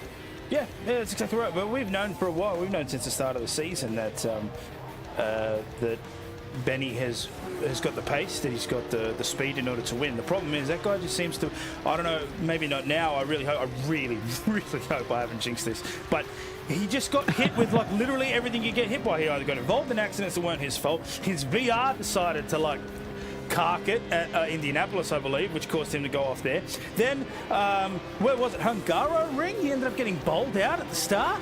And it's just like literally problem after problem after problem. And so for him to get into a race and have a nice clean one, I say clean, we did all see, you know, the left-hand side of that car. There's a bit of paint missing, but still, he kept it out in front. He did excellent defending, and finally he's up on top. So now my hope is that he can continue this into the second race. But you brought up a good point. He starts from 10th. That's difficult. We're talking about Long Beach. There are walls everywhere you look, so this is going to be a big test for him. Here's the grid for race two. They're lining up now, ladies and gentlemen. The server's going to click over into race mode. Here we go. Let's have a look at the circuit and weather settings as well as this does tick over. It's just gone 240, 242. Now it ticks over. Here we go. Excellent. So, 5 o'clock server time in the afternoon, and we're on the west coast of the United States, so we're getting close to sunset territory. 26.7 the track temp, 23.2 the air temp. It's a 3.14 kilometre circuit, synonymous with the Toyota Grand Prix of Long Beach. No chance of rain. Beautiful Californian day. Eric Fenton, Nick Wood. Good recovery from Fenton, actually. Nick Wood second, Shannon Fever, Hayden Smith, Adam Haynes, Sam Ewis, Stuart Ellis, Matt Dench, Corey Lazarus, and Ben Pedersen, the top 10. 11th is Bond alongside him, Vinnie Newen. Then David Hayne, Dave Diddell, Jaden Wilcox, Rodney Gollan, Rory Wilson, Marcus Hankey, Paul Wilson, John Akers take us back to 20th.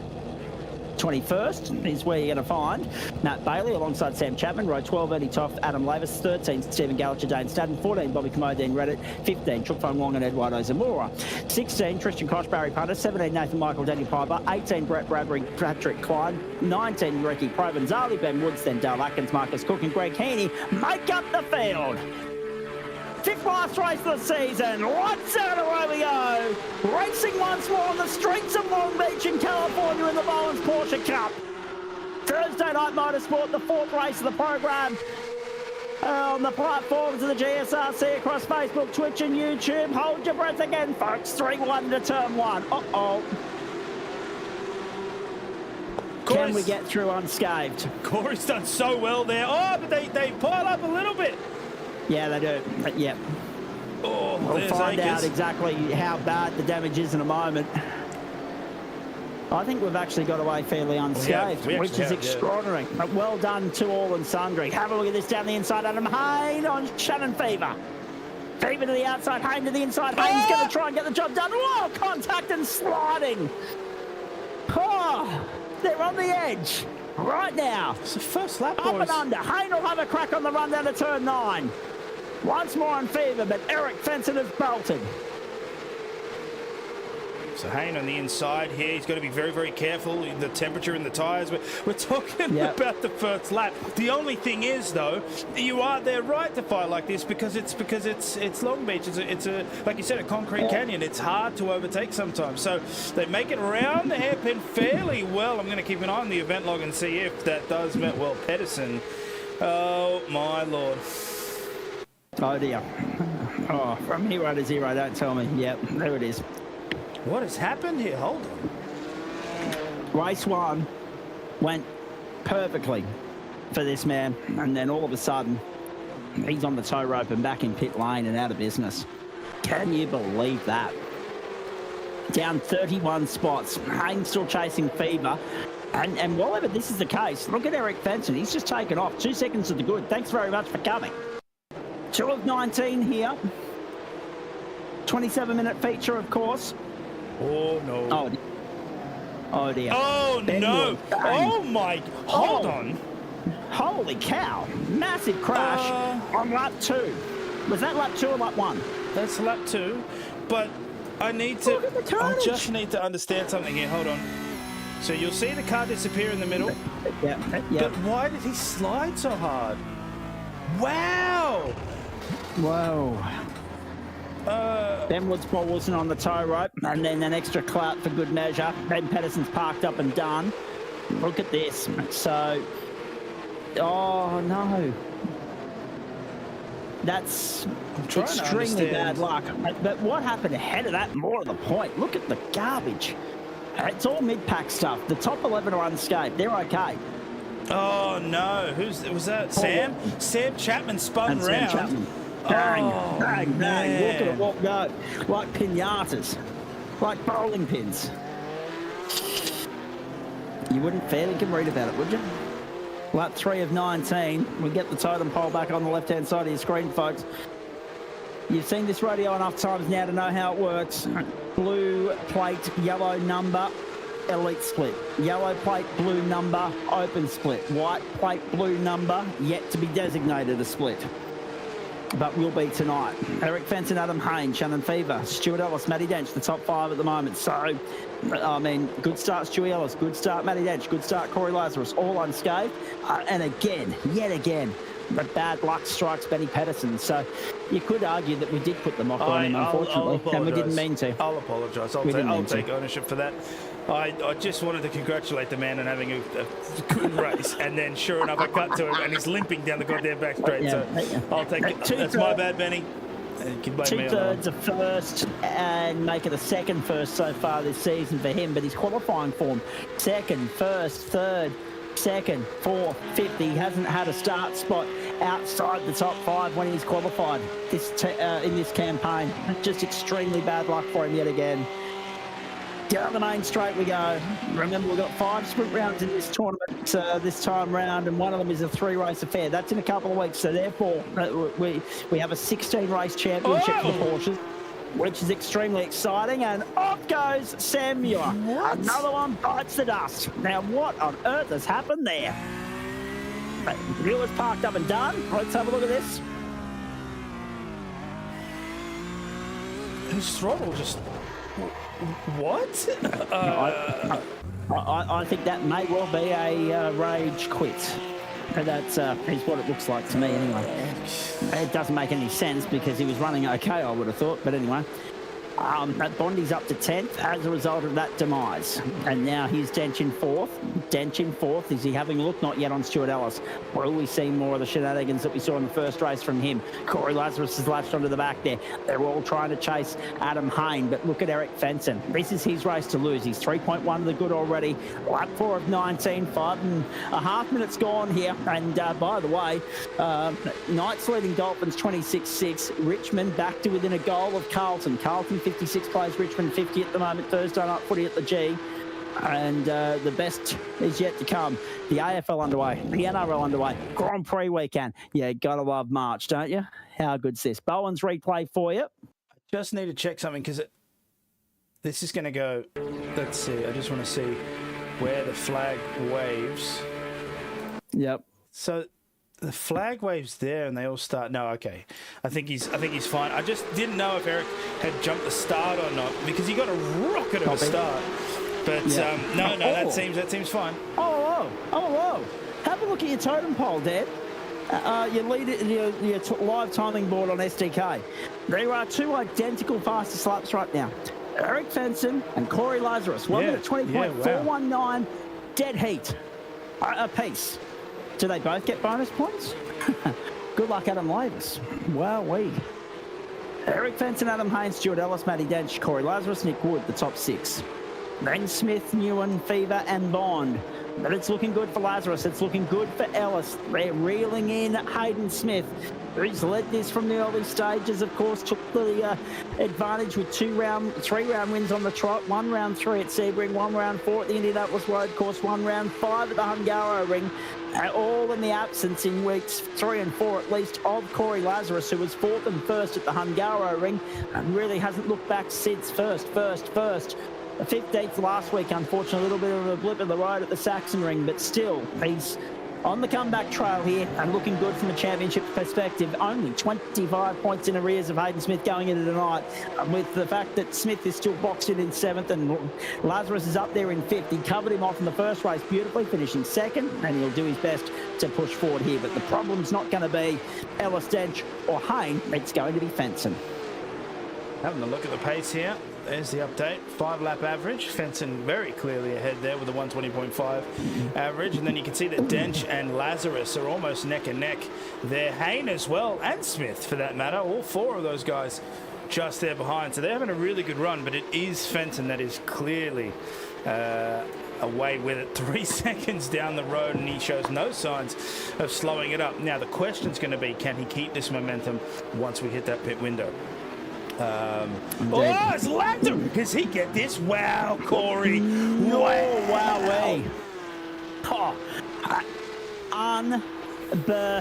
Unbelievable. He didn't pull it off, but I tell you what, the commitment required, the sheer determination required to have a crack at that in the first place. Dench is not in his championship fight, but he knows the importance of getting forward and getting every point he possibly can salvage. There is a bit of contact there. Right on Corey Lazarus, good intentions. Laid bare for everybody to see right there. Eric Fenson, Adam Haynes, Stuart Ellis. Dench has got by Lazarus again.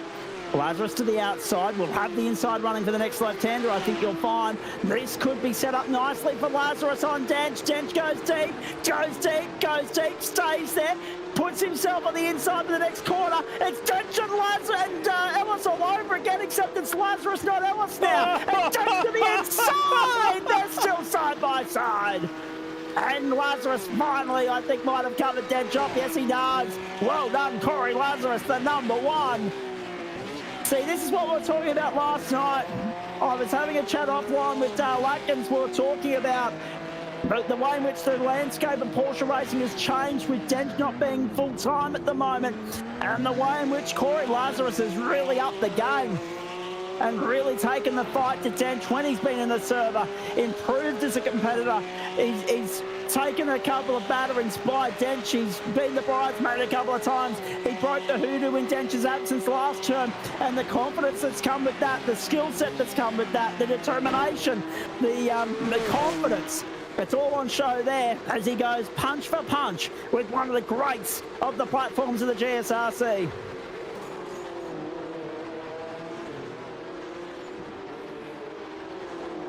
That was good stuff. Oh, dear, really mate. Good. I was just trying Get the elbows out. So Corey looked at that hairpin and he's like, yeah, there's a Porsche-sized gap there. I'm going for that. But the best part about it was it wasn't an egregious move. No. Like, it looked crazy, but no, that was clean. They rubbed panels there, but they're going, 20-something kilometres an hour around the hairpin, so that's fine. And then to fight all the way around the lap, these guys are cracking it. The only problem is this is fun for us. Don't stop doing it, because I want to see more of this. But they are dropping back. Now, Corey's now 2 seconds behind Ellis. So the front 3 are getting away. So they've really got to think about that. Now, I feel as though, Dench is going to play field games. We know Lazarus is actually quite good at it too. He practiced it specifically because Dench was just doing it every round and winning. which is another reason why Matthew Dench is so renowned here, is because he's the sort of North Star that everyone's sort of looked at to get better and better and better, and by God, haven't they? Now you're seeing a handful of people really giving it up there at the top end. Indeed we do. Now, we are only 8 laps. Oh, geez, I say only. There's been a lot happened in 8 laps. And 11 and a half minutes. Adam Lavis down the inside. Ricky Provenzale around the outside. Oh, hey. No holds barred for Adam Lavis. Gives him a little bit of a nudge. Drives him out wide. Very nicely done. Provenzale back in behind in 20th place at the moment. Good to see him back on the grid. Opens the door now to Tristan Koch down his outside. And Provenzale on the inside running for the left-hander. He'll go back down the inside of Koch and go back to 20th outright. Very nicely done. And that is a guy that is a pro split competitor every day of the week. He just hasn't had any luck tonight. Up 17 spots in this second race. Barry Punter back to pit lane. Brett Bradbury out of business. So too Sam Muir. So too Paul Wilson and Ben Pedersen. John Akers, Dale Atkins into pit lane. Lap 5 for Chook Fung Wong. Lap 2 for Daniel Piper. He's probably got another invoice coming his way. Dean Reddit, Sam Chapman, lap 4, lap 3. Interesting that Chapo went that early. That maybe bodes well for everybody else that's gone as early as that in terms of getting the race distance out of what's left in the tank without an extra transit down the lane. Dale Atkins, lap 8. Bobby Camo, lap 6. Stephen Gallagher, lap 4. Barry Punter still on pit road, has been for a couple of minutes. Betty Woods is back out there a lap down, so it's not bad, but not ideal for him at the same time. Vincent Hayne, Ellis, Lazarus now fastest lap of the race, 1 minute 20.122. Oh boy. Dench, Smith up to 6. That's important from a championship standpoint. Then Wood and Ewan and Fever. Bondi in 10th place, still the best of the open split competitors at the moment. He's ahead of Hankey and Golan and Zamora. Akers is... hang on. Oh, that's what I've missed there. John Akers has come in earlier on in the piece. He's down in 15th at the moment, so no incident necessarily. But until this field is cleansed, we're not going to get a good insight into where there's Dale Atkins going too deep, bowling it down the outside. We're not going to get an insight into where Atkins is comparatively to Bond until the field is cleansed. And I can tell you, Dan, the top 22 are yet to stop. Still a long way to go. More than half the field yet to be cleansed. Benson leads, Haynes second, Ellis third, Piper in 28th at the moment. And back we go to Corey Lazarus in 4th. So this is the other point, isn't it? All that lap traffic's now becoming a huge part of the narrative. Mm-hmm. And the other thing too is Lazarus has managed to escape there from Dench. Now I don't know if that's because of a mistake on Dench's part. I see nothing in the event log to suggest that, or I don't know if maybe Dench is trying to play the field game here. But Lazarus has managed to catch back up to that front 3 of Stuart Ellis. Stuart Ellis managed to bring the time down again, so he's now just flirting with that 1 second mark there. You can see Corey Lazarus's time just went red. That means he's under half a second. Adam Haynes still 4 seconds away from Eric Fenton, so he's doing a fantastic job out in front. Again, something major will have to happen in order for that gap to close, whether or not Fenton has a problem in pit lane, or, as you said, if the traffic does hinder him around here. Long Beach is a short circuit. You can look just on the top right, see that mini map there, dots everywhere. So this is something that the leaders are going to have to contend with, and hopefully they can navigate them around cleanly, but we'll see. We ride on board with Corey Lazarus now. It's fascinating here how this is playing out. Lazarus is within striking distance of Ellis, and we've seen Ellis go toe-to-toe with the best of them already tonight. Lost out to Dench earlier, but I tell you what, have a look at them. Hayne, Ellis, Lazarus, Dench, all in the positives. Eric Fenton, 10th. Oh, big time, Lazarus! Oh, opens the door. Stuart Ellis, no arguments from him. And Corey Lazarus, well, they're teammates after all. Well, Lazarus is just running a different paint kit at the moment, but Lazarus, just invites himself into a non-existent gap, essentially. Dive bombs Stewie Ellis, and thankfully Ellis was aware of what was unfolding. And Lazarus goes through to 3rd. Bond to pit lane. That's good, because I wanted to get an indication as to where Bondi was in relation to John O'Akers, just to see how that race was going to play out between those two. Knowing that Bondi is the effective leader of the open split at the moment. There's Chuk Fung Wong. And the old tip of the hat to, well, there's a few different green characters out there. True Blue, Dick Johnson's Green's Tough, Falcon and Mustang, right at the top of the list. A couple of movie characters as well. Homer Simpson goes all angry dad, remember, in The Simpsons. And falls in the green paint. Looks like the movie character. It's fantastic. So, I can't remember the name of it, though. That's the problem. It escapes me right now. Adam Hayne to pit lane. Let's focus on the race. Fenton, Lazarus, Ellis, Dench, and Smith. Yes, we can do it occasionally, folks. We do get sidetracked. By the way, it's all square in the AFL, 57 apiece. So, which would have come from nowhere to be level with Carlton. Wouldn't be the first time Carlton have bombed it. 13 of 19 here. 17 minutes gone. And this is what happened to Ricky Provenzale. This is uncharacteristic for Ricky. Oh. Geez, we've seen a bit of that tonight, haven't we, Gam? Yeah. Some real moments where you think they've got the car under control, they go to turn it, and the brake just compresses on them and just, you know, steers them into the nearest awaiting concrete or tyre barrier. Yeah, it's a characteristic of the Porsches again. For those of you who might not know, these are cars. Things. Yeah, they are. They don't have any assists. They're like infant children. Yep.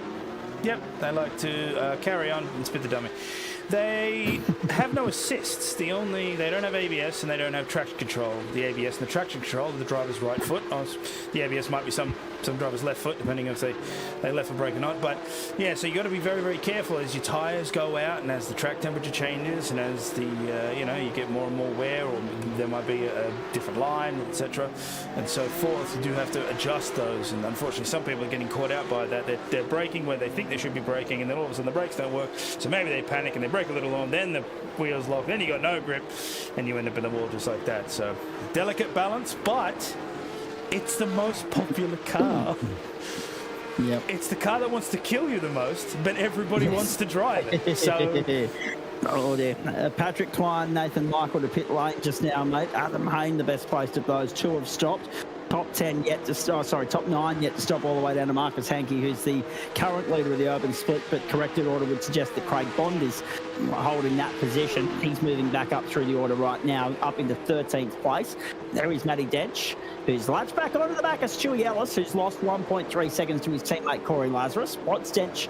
What games, what tricks is he up to right now? Eric Fenton leads by 5.6. I don't think there's any catching Fenton unless he royally mucks it up at this point. Fenton, Lazarus, Ellis, Dench, then Smith, Wood, Dedell, Fever, Hankey and Hayne. And there's still quite a way to go here. 8 minutes, 5 laps. I'll feel for you, man. I really do. Yes. Although that being said,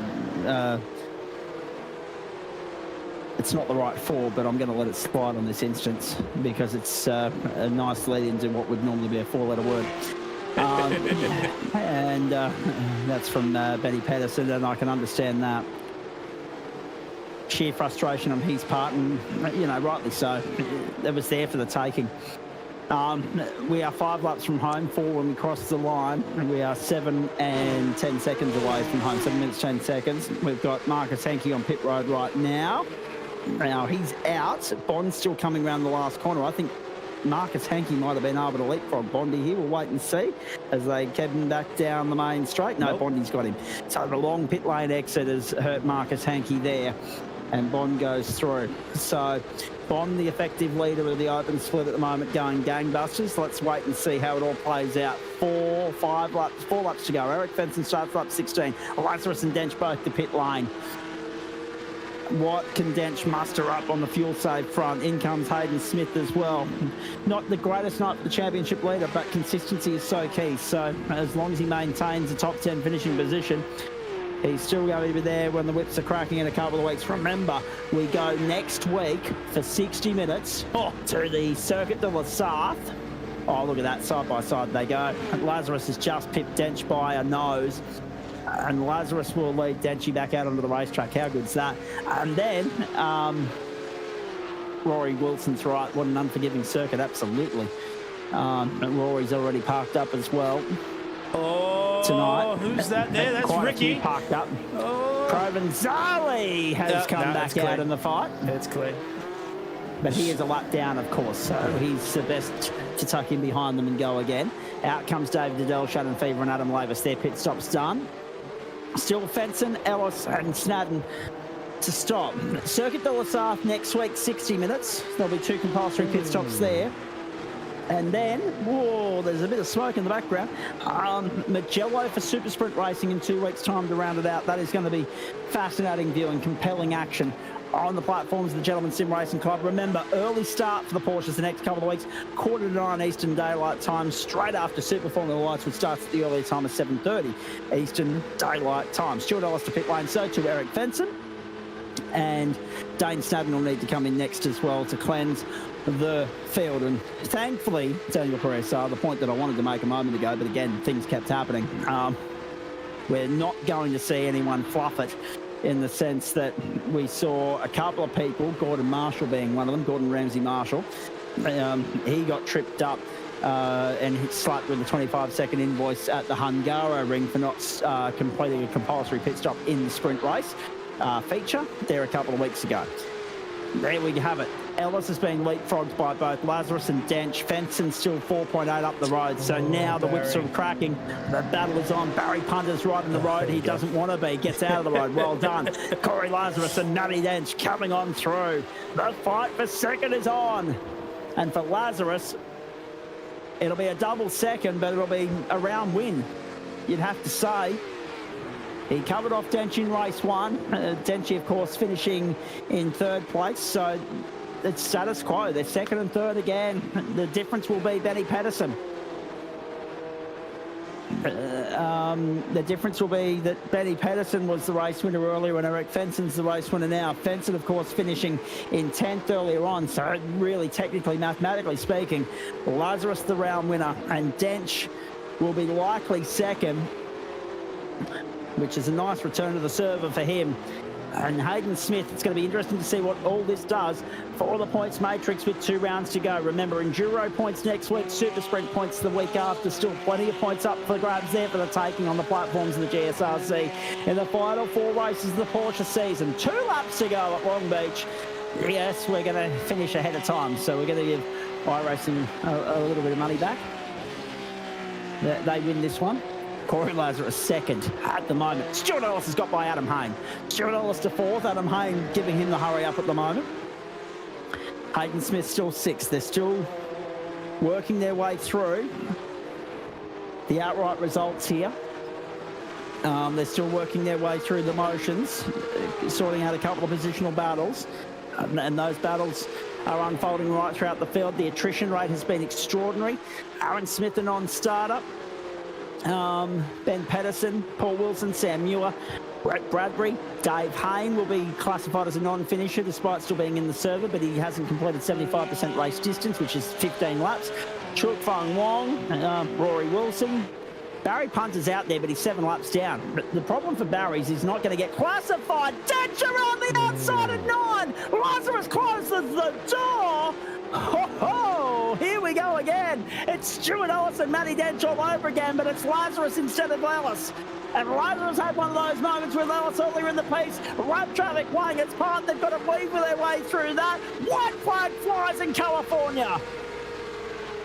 I feel and Lazarus is trying to cover it off. Dive bomb coming from Dench. Maybe no, he backs out of it. I feel bad for Sam Chapman there because he would have looked in his mirror and saw 2 of the 4 horsemen and just decided to bolt straight out of the way, coming out of the hairpin. Whoa! I tell you what, Lazarus was very close to the wall. Corey lost some weight tonight with all the squeezing, according to Benny Pedersen. Very good. I like it. And now, what has Dench got left in the tank? Has he got anything to offer? This is for round honours. Has he got anything to offer the championship defending winner? There's one move. The form favourite. The form guide would suggest that Corey Lazarus is the odds-on favourite to win this thing in 2 weeks' time again and win his second title. What has Dench got left off to offer here? Nothing at this point. He hangs back behind. He locked it up. He got it all crossed up. That's going to work beautifully for Lazarus. Challenge over. Job done. Lazarus just needs to get it through the final corner. Well done, Eric Fenson. Converts the invert pole into race win. Another one for him on the streets of Long Beach in the Bowens, the Builder's Choice Porsche Cup campaign. Lazarus second, Dench third, Ellis fourth, then Hayne. Smith in for sixth after finishing seventh earlier on. A mixed bag of results for him tonight. Nick Wood, Dave Diddell. Craig Bond doubles up to win the open split. Sweeps the night in the open split at Long Beach. Well done, Bondy. Magnificent. Marcus Hankey's 5.5 seconds down the road. His championship rival, John O'Akers. I'm just looking down the order for him. He's 27th. He's 27th. 1, 2, 3, 4, 5, 6, 7, 8, 9, 10, 11. That's 12th place for John O'Akers. It's Bondy's night in California, and it's game back on as far as that championships fight is concerned in the open split. So 2 live active championship battles here with 2 rounds to go. This is why we love Thursday Night Motorsport, everybody. It doesn't matter whether it's the open wheelers or the tin tops. Both are delivering top shelf entertainment. Knights home 26-12 over the Dolphins as well at McDonald Jones Stadium in Newcastle, and Richmond have hit the front at the MCG 10-3, 63-8, 10-58 over Carlton, but there is still 16:38 plus time on left in that fixture. Sam Chapman is here. Craig Bond is about to join us as well. What a night he's had. Chapo, unlucky. Battered and bruised in the early stages of that feature. I haven't even read your name on the results sheet yet. 24th, in fact. Unlucky. I mean, mid-pack is always a danger around here. You started 22nd. Talk us through how challenging a night that was. I mean, credit where it's due. You moved forward in race 1, but unfortunately caught up in an early incident in race 2, and it was a very long road back from there. And in the end, you had to make way for lap traffic, and it's not like you to go a lap down.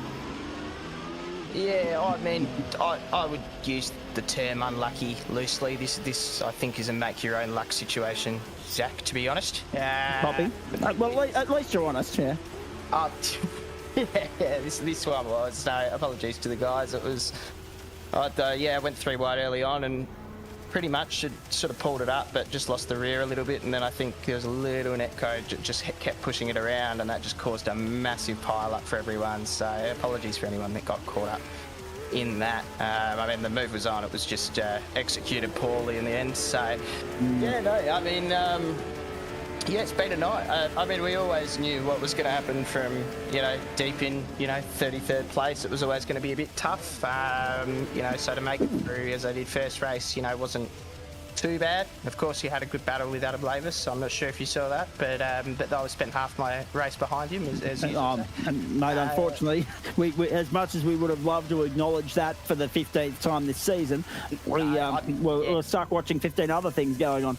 No, I'm sure there were better things to watch, quite frankly, than me wobble around and not be able to make the overtakes. So,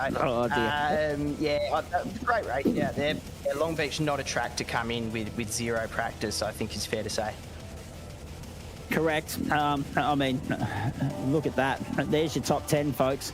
The open split guys didn't break the top 10 in race 1. Bondi was 11th. He moved up to 9th in race 2. I mean, the demise of Sam Muir and also, of course, Ben Pedersen helped with that. Stay with me, Chabo. Coming back to you in a moment. Bondi, hold on there because we've got to have a real good chat with you because it's been a really good night as far as your championship aspirations are concerned. Corey Lazarus was second, the winning margin for Eric Fenson. Another race win for him this season. I'm just trying to remember the last one, quite frankly. It was the sprint race feature at Imola for him, and he got out the second at the Indianapolis Motor Speedway road course, a second in the second sprint race at Suzuka. So the sprint races have been his forte this season.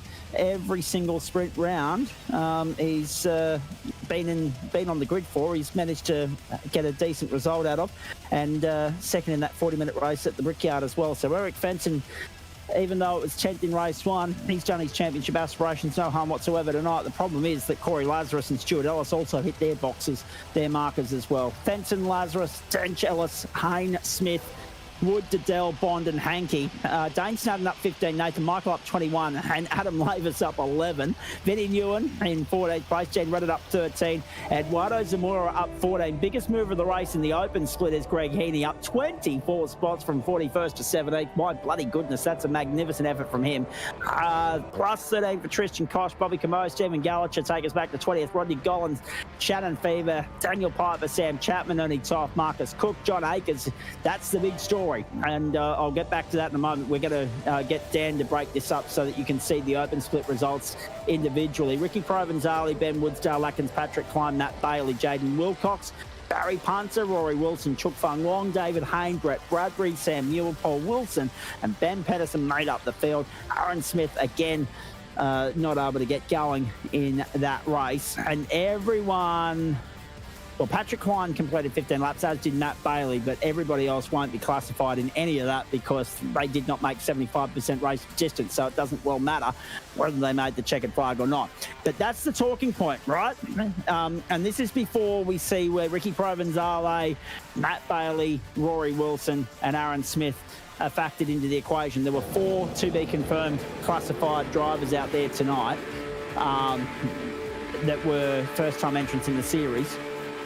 So we don't know whether they're going to be delegated or assigned, whether it's elite or open. But 10 positions between Bond and also, of course, Akers is big as far as that championship's concerned. And Bondy actually covered him off in the first race as well.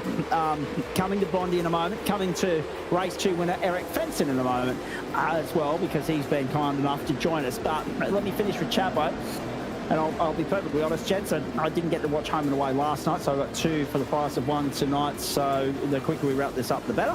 But Chapo, we'll come back to Long Beach in a moment, we'll come back to Porsches in a moment. Let's go back to Snetterton.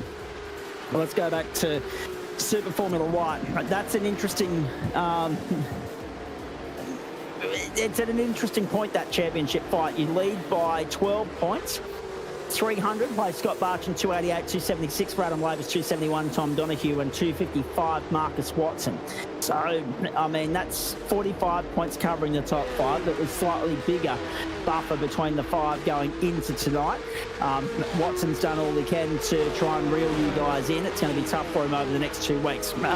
Disappointing for you that it was 5th and 8th, but, I mean, at the end of the day, take the positive with the negative. The positive is you're holding on by the skin of your teeth.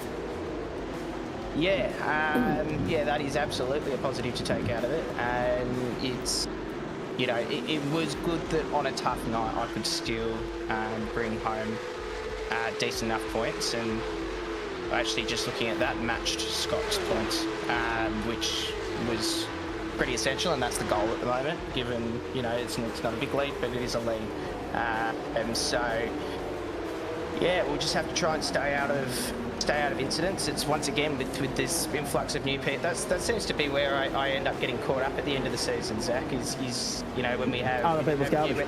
Well, we have new entrants, and yeah. It's not the people I've been racing all season that I know how to race, and that sort of tends to be where I get, you know, where I get caught up, whether it's, you know, Renault or something like that, just jumping in the final rounds. So,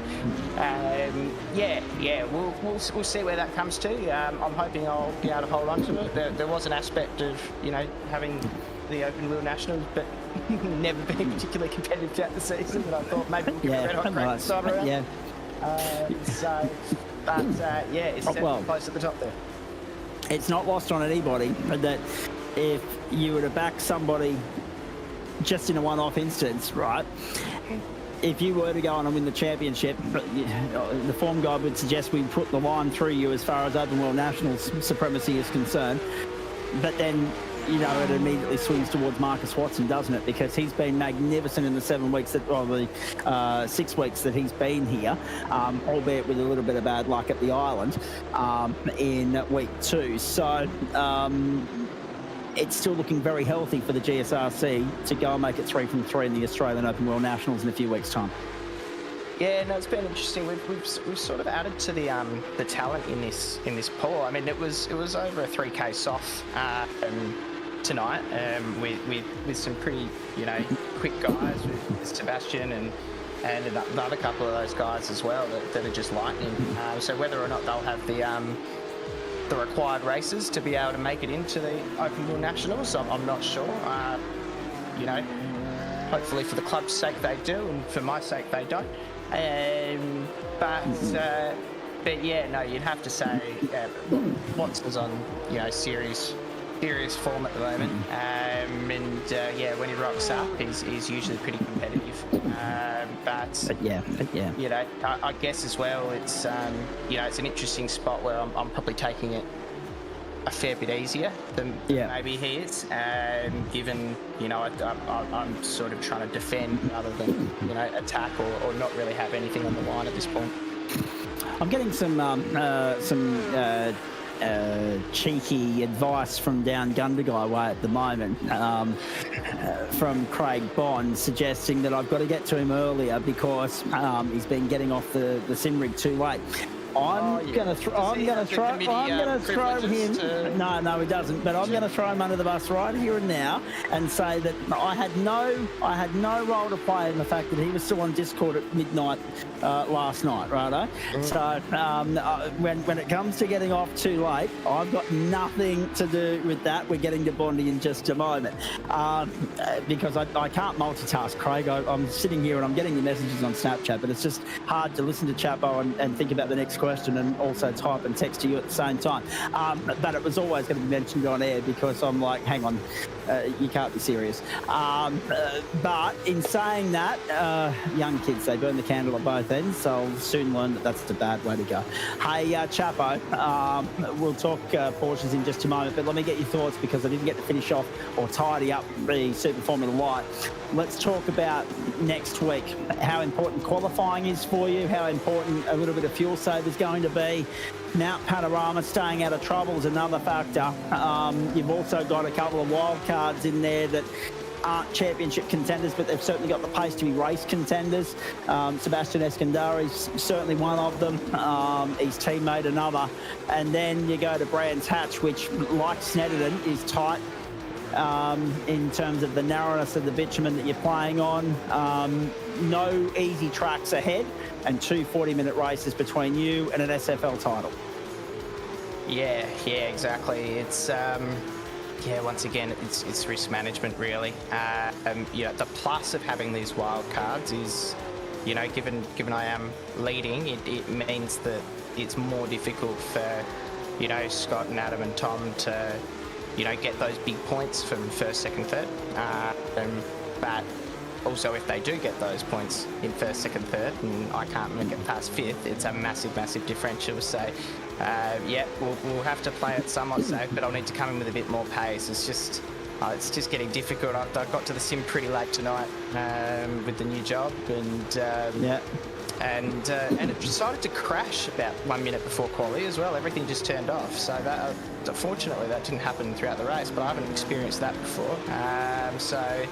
Yeah, no, not to M-Wave anymore, but 40 that one to M-Wave, thanks. Well, fingers crossed, we'll see what we can. Fortunately, it's not like Enduro is the final. That always makes it a bit more difficult. I've got a few more drop points in the bank than the other two. So, I think Brands will be great, though. I know that you've got a few reservations, but I think Brands in this car is going to be absolutely unreal. Well, it can throw up an interesting race, particularly in sprint mode, but we don't have a sprint round there, and that's the thing that does concern me a little bit. Also concerns me whether I'm going to have Craig return serve on me and throw me under the bus now when we get to him in a moment. But talk to me about Porsches, mate.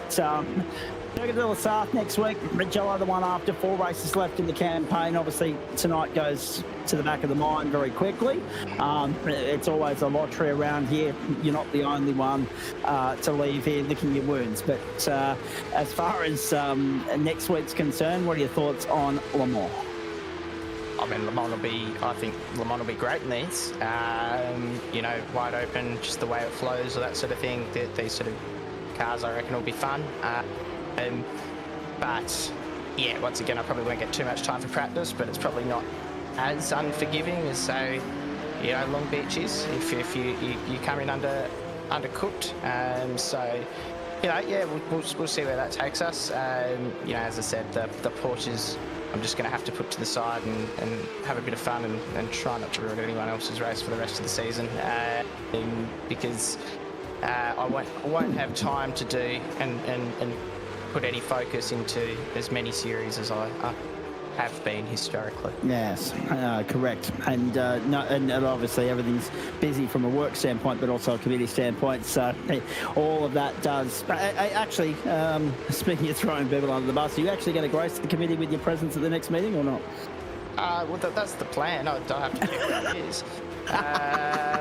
But yeah, that was the idea. I'll look up and make sure what's going on. Dan, do you know what the next committee meeting is? It's all gone to hell on a Thursday night. How good's this? You should be happy I paid. So, well, no, thank you. I appreciate it. Yeah, no, you're absolutely on top of it. We're getting there. We're getting there. I'm only doing 3 or 4 nights a week here. I'm doing 5 for West Bromwich, and I'm still waiting for last week to come through. Anyway, it doesn't matter. I didn't say that. Listen, thank you very much. I know we don't normally see on a Friday night, so next Friday. I'm going to be in Melbourne by tomorrow afternoon. Yes, so enjoy that. Enjoy the hangover that comes with it on the flight home, no doubt. And of course, Monday, GT4, looking forward to that second last round of the season, and a vitally important one in the same context as you've got to make every post to winner in SFL. Same applies to GT4, mate. We're looking forward to that on Monday night. We'll see you then. Go well. Cheers, mate. From Sam Chapman to Gundagai. So we're just crisscrossing the continent at the moment. We've got one in South Australia, we've got one in New South Wales. And Eric Fenson, where are you based, please? Sydney. Oh, so we've got 2 in New South Wales. And me up here, pre-progressive civilization, 112 years and 1 hour behind everybody. It's fantastic, isn't it? Craig Bond. Congratulations, mate. And I say that so sincerely because, I mean, we always worry about the championship contenders. And, I mean, you look at some of the guys that have fallen foul of Long Beach tonight. That's why we worry about this circuit. It is high risk, it's high reward. It's a really mentally challenging, taxing sort of night at the office.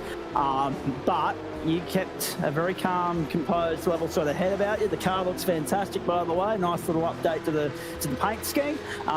And last week you were saying I've probably got a set off a second, you know, in the championship fight. John O'Akers hasn't had anywhere near as good a night at the office. It's going to be very interesting to see what the points look like in a couple of moments when Adam Lavis finishes updating and crunching the numbers and the algorithms and all that sort of stuff, taking into consideration drop rounds and all that sort of stuff. It's going to be very interesting to see how much positive work you've done in terms of clawing back that deficit, mate. Can't ask for much more than that. You swept the night. Well done. Thank you. Oh, I forgot what you've already said. Well, in that case then, thanks for coming, Craig. Good to catch up. No, talk me through the night, mate. That couldn't have gone any better for you. What were the expectations when you came into the night? What were you hoping for as a, you know, best possible outcome? And has what you've achieved exceeded those expectations? Well, not letting therapy coming out of Long Beach is a positive. Unlike Gen 2 last season in Supercars, and there's a few drivers that will be signing up for therapy, actually. You're right. Well, I'm not. Unless winning puts you into therapy, double wins, and a 0x, so I get bonus points as well, I'm pretty sure. How did we get a 0x around there? Jesus. I was well done. That's impressive. I got 0x in Quali, 14 in race 1, and then 0 in race 2. Well, let's focus on the 0 in race 2 because you started at 11th. I was saying in commentary that there was a strong possibility that if just one more driver tripped up within the top 10 outright in race 1, you were going to find yourself in an invert pole, and that would have changed the narrative completely. But talk us through it because, truthfully, this is as much screen time as you've had so far this evening. This replay that Dan Carrier is focusing on your car right now. We had our eyes on the front end of town. We didn't really get a chance to check in with you. We were always keeping across it on the scoreboard. But talk us through it. Were there any sketchy moments? Any moments where you're thinking, oh, hang on, I'm in a bit of strife here? I think the first quarter of the race 2, I'm like regretting the decision to change the setup before. But as soon as the tyres wore and we got to low fuel, the car came on a bit more and we got to where we were, P1. And went for the undercut to beat the traffic, which turned out as good play. Otherwise I was going to probably lose too much time in traffic. And I'd probably, because they're elite, let them by. And then I'd drop back too far. Whereas I just pitted, dropped to the back, clear air, worked through, got some good laps in, and then came out undercutting them all.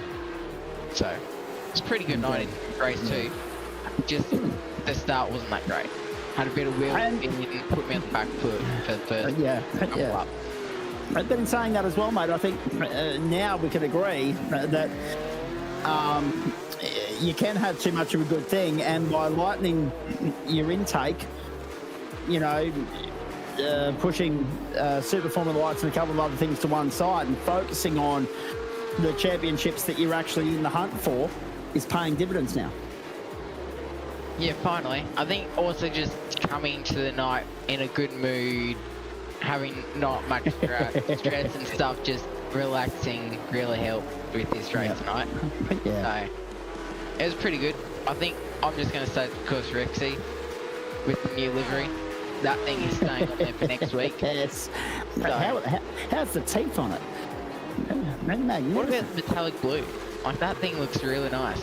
Yeah, but I'm just wondering what the inspiration was for the teeth. Rexy. Does this one as in the dinosaur? Yeah. Yeah. You know, you forgot about Rexy. Wow. I did a little bit. Okay, sorry. Got my mind on 15 other things at the moment, mate. Anyway, all good. Hey, congratulations. We mean that sincerely. Adam Lavis not crunching numbers at the moment. He's probably got an early start tomorrow morning. But to be fair, that is going to tighten things up and put the pressure on Jono Akers for the next couple of weeks. Circuit de la Sarthe, Le Mans, how many laps have you cut around there? And same applies to Magello. 4 races left in the championship, mate. Everything to play for. Are you nervous? It's Le Mans next week, is it? Yes. All I need is to replicate what I did in week 1 of the officials, and I should be with a half chance, so. 2 pit stops, though, throughout the course of that race, so that'll keep you on edge. That doesn't matter. He doesn't seem phased by it at all. Until I speed to pit lane or something, I'll miss my pit box, but there's too much pressure to lead now. They're the 1%ers that you can't be fluffing in this instance, Craig. Right? So I would strongly advise that you don't do what you did at Road Atlanta and get on your phone halfway down pit lane. Is that what I did? I don't got no one else message, so I'll be fine. Well, that's good now. Yeah. One less distraction, the better. All right, mate. Very well done. I love it. Hey, well done. Great result. When do we see you next on the grid, please? Depends if I get off work early enough tomorrow, if I can get home in time. I might do... Le Mans tomorrow night. If you don't see me there, I've either not gotten home in time, or I've just not been bothered and I've put more practice into next week's stuff or bit boys. Excellent. Good stuff. Great to catch up as well, mate. Well done again.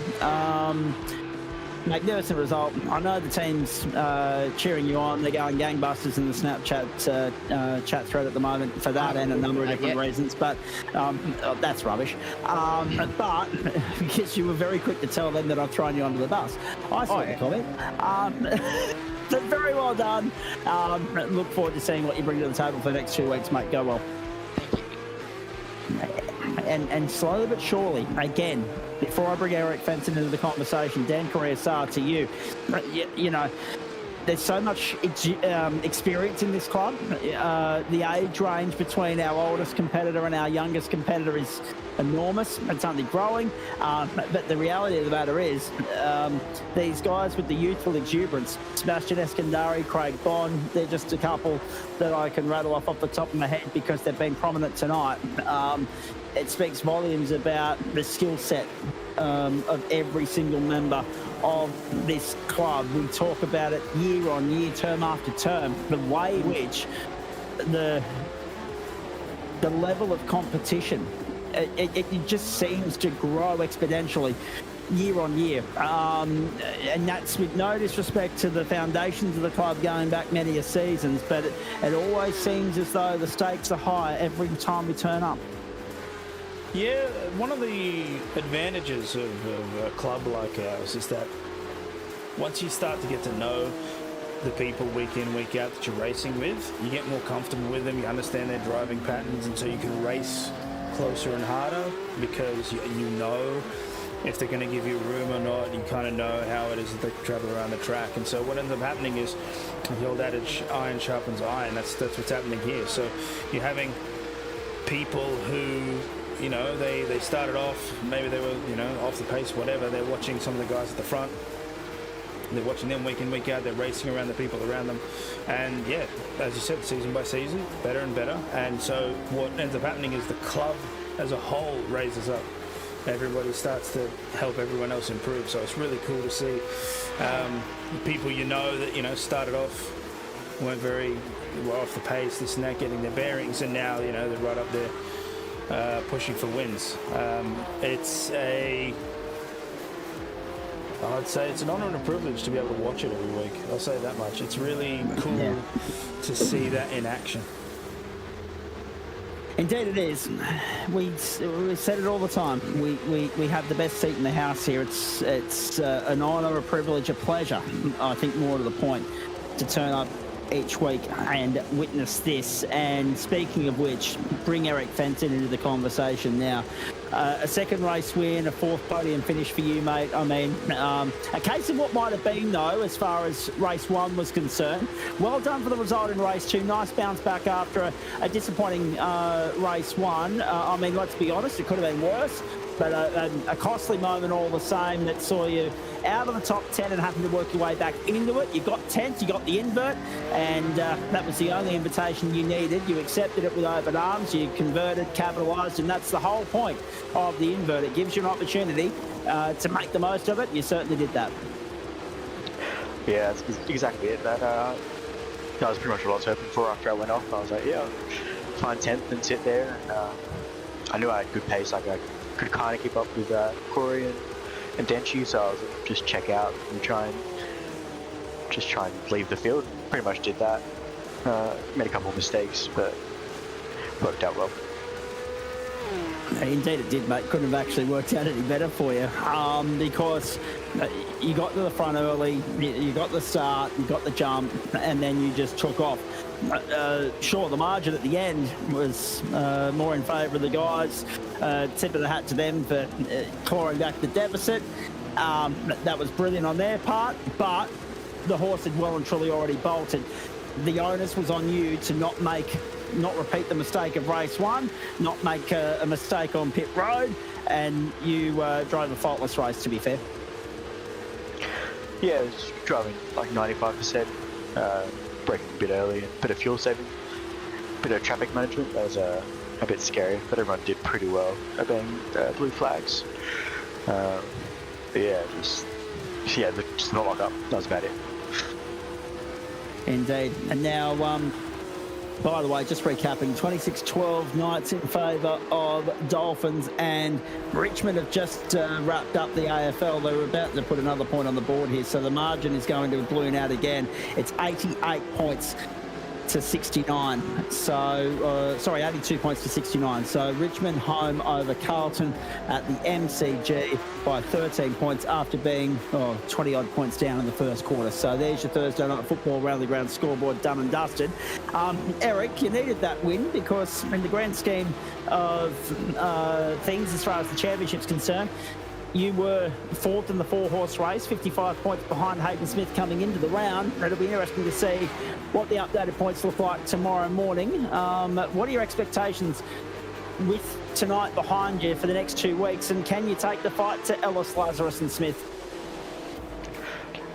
Not too high of expectations, to be honest. I knew I'm not fast at Long Beach, so I was trying to maximise that, which I didn't, but did alright. Le Mans, I think I'm alright. I'm not sure what the last track is. But yeah, Mugello, Italy. Oh yeah, I think I'm alright there. Oh yeah, I was just trying to get some practice in and try not to lock up anymore. Well, and that's the thing, but give us an insight into it, actually, if you don't mind, mate, considering you've just mentioned the point. I mean, Dan was making it earlier.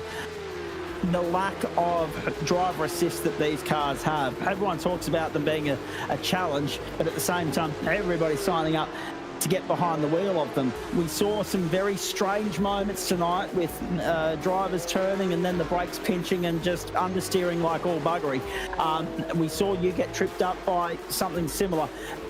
Explain it to us just how draining it is mentally, physically, to get these things around and do so in a clean, tidy and fast manner. You'd have to ask someone else about fast, but I'm just kind of... Well, you won the race, so you can't necessarily say that. That's Corey. True. Yeah, just, I don't know about everyone else, but I'm kind of on edge every braking zone. No idea if it's going to stop or if it's going to lock or what's going to happen. Yeah, the turning and braking is not fun. The rears love to pinch. Yeah, a lot of throttle control. You do a lot of turning with the throttle and the brake. It's a challenge, but it's so much fun. You'd argue that the invert pole was the best place to be for race 2, mate, because if anything, that was more times than not going to keep you clear of the garbage that was bound to happen behind you, and did, but maybe not necessarily to the extent we might have expected, or what we've seen in the past anyway.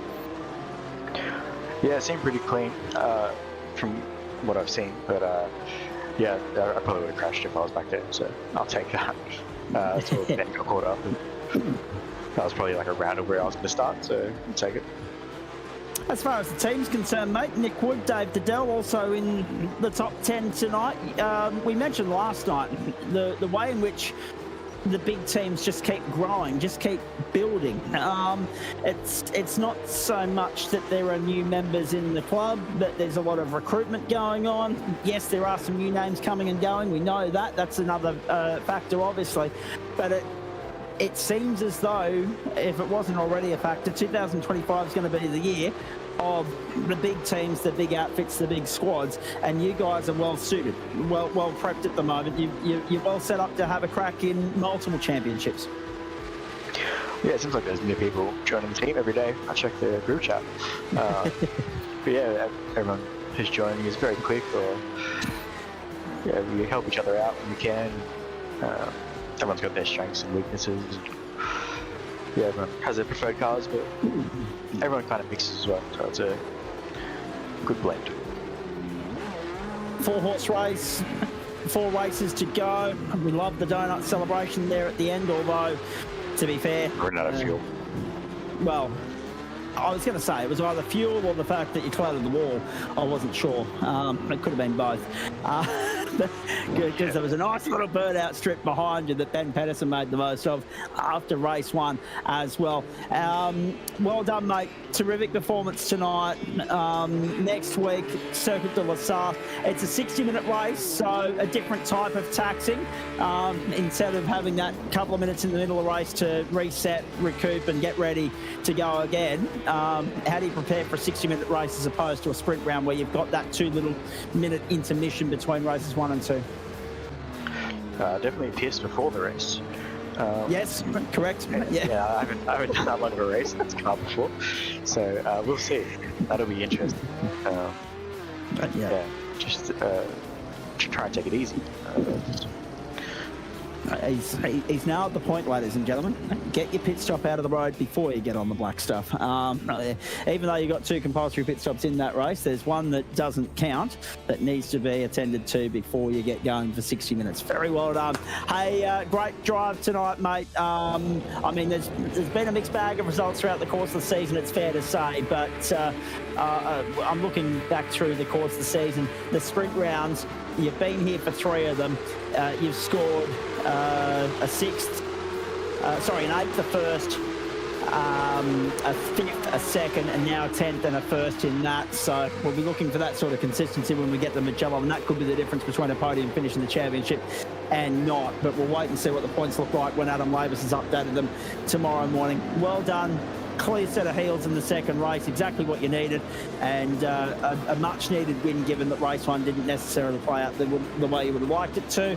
Look forward to seeing what you bring to the table come Le Mans, mate. Go well. Thank you. Final thoughts from Dan Carrier-Sar now. I mean, 4 races, breathtaking stuff. There were a couple of moments there where we wanted to come up for air, we just couldn't because stuff kept happening everywhere you looked.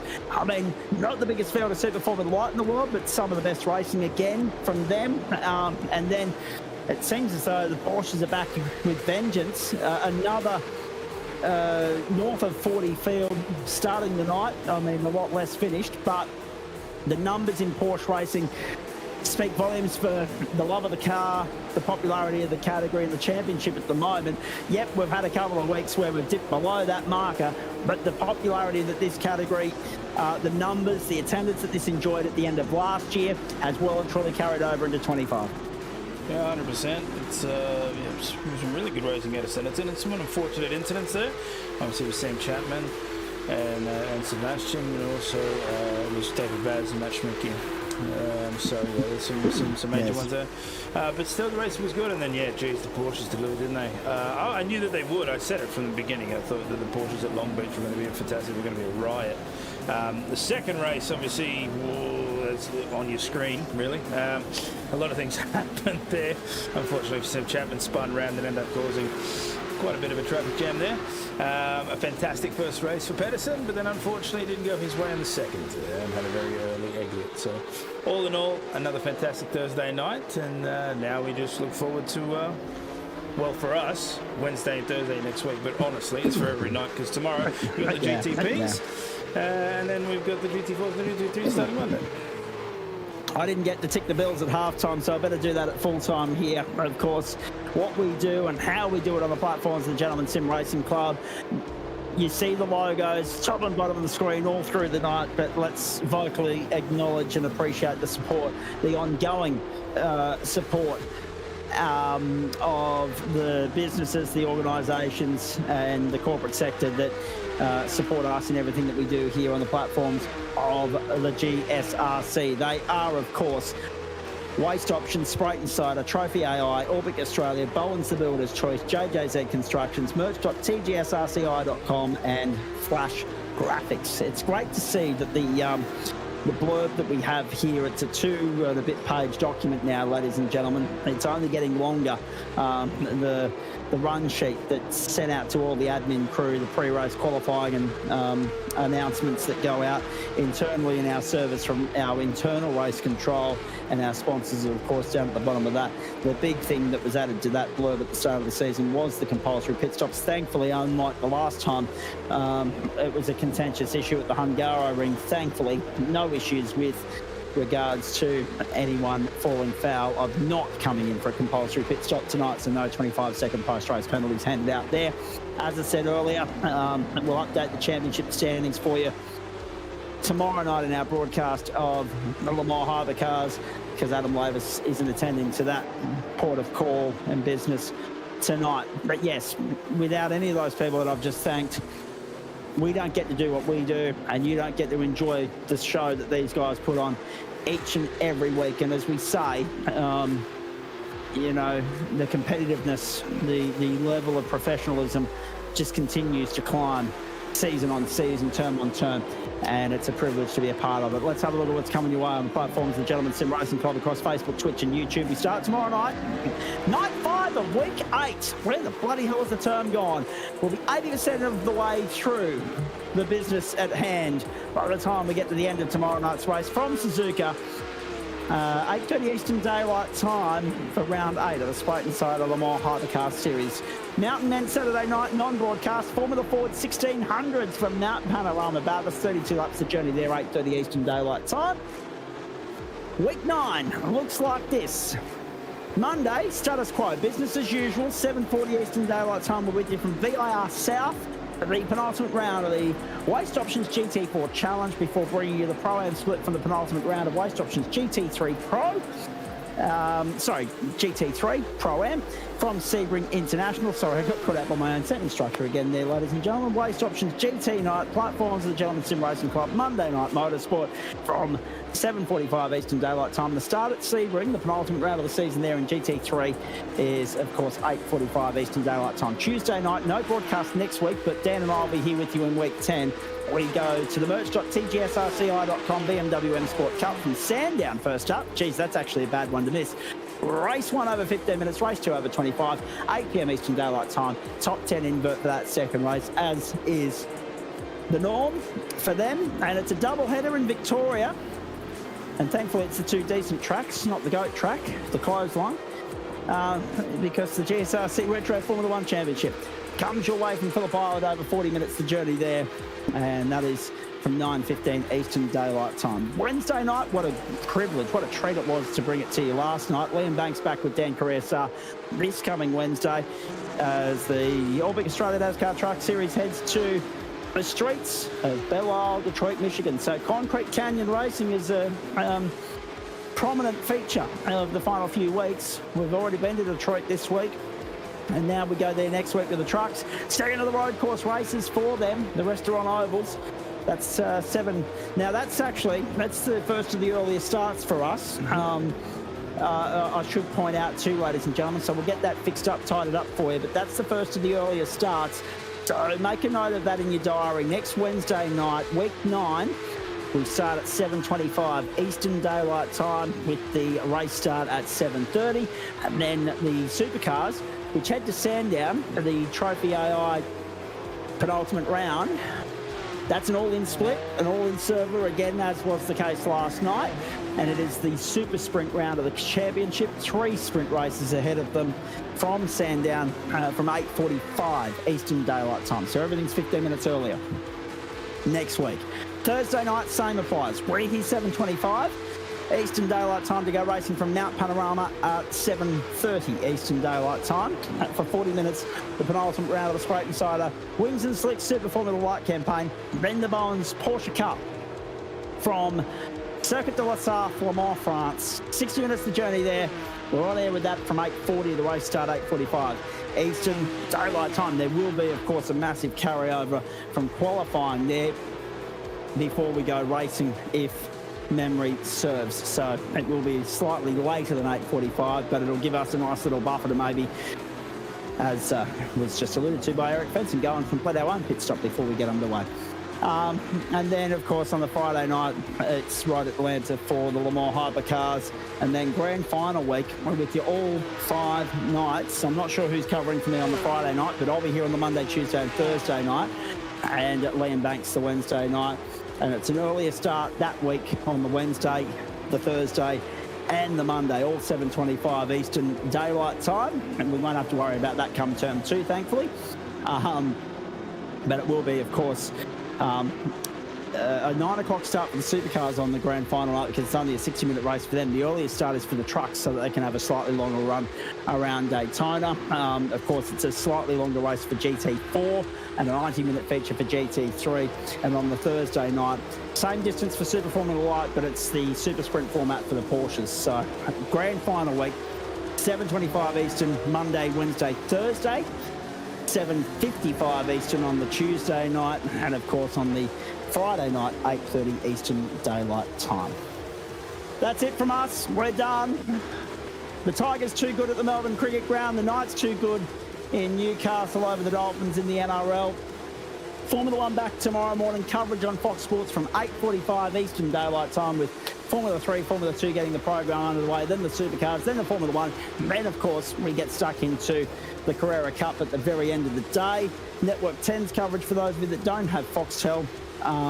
That kicks in from 11:30 Eastern Daylight Time. Practice 1 for Formula 1. All eyes on that one from 12:30 Eastern Daylight Time. Unfortunately, not for me, because I'm off to a very important seminar tomorrow, and I'll have all the details, the juicy gossip from it for you tomorrow night here in our broadcast, because I'm off to a daylight saving forum. I never thought I'd be able to say that in a positive light on the Sunshine State, but it'll be nice to be in the same room as like-minded people that just get it. And then, of course, that action continues over the weekend. Don't forget MotoGP, Sebring 12-hour, and NASCAR as well. Huge weekend for motoring enthusiasts. On behalf of Dan Carriaso and all the crew here, Marcus Watson was good earlier in the evening, so too Sebastian Escandari. We had 4 different race winners across the night outright. The only double up was Craig Bond. There was no double up in the elite split. Eric Fenson won, of course, race 2. Ben Pedersen, race 1. We saw 2 different winners in the wings and slicks as well. But Craig Bond, the only double up out of everybody, he swept the night in the open split in the Porsches.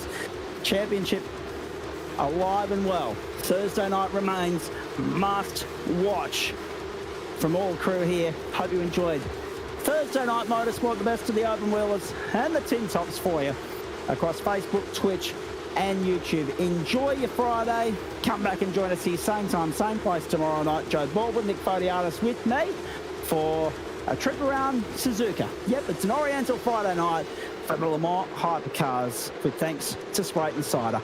Until then, that's the way we do it. Thanks for your company.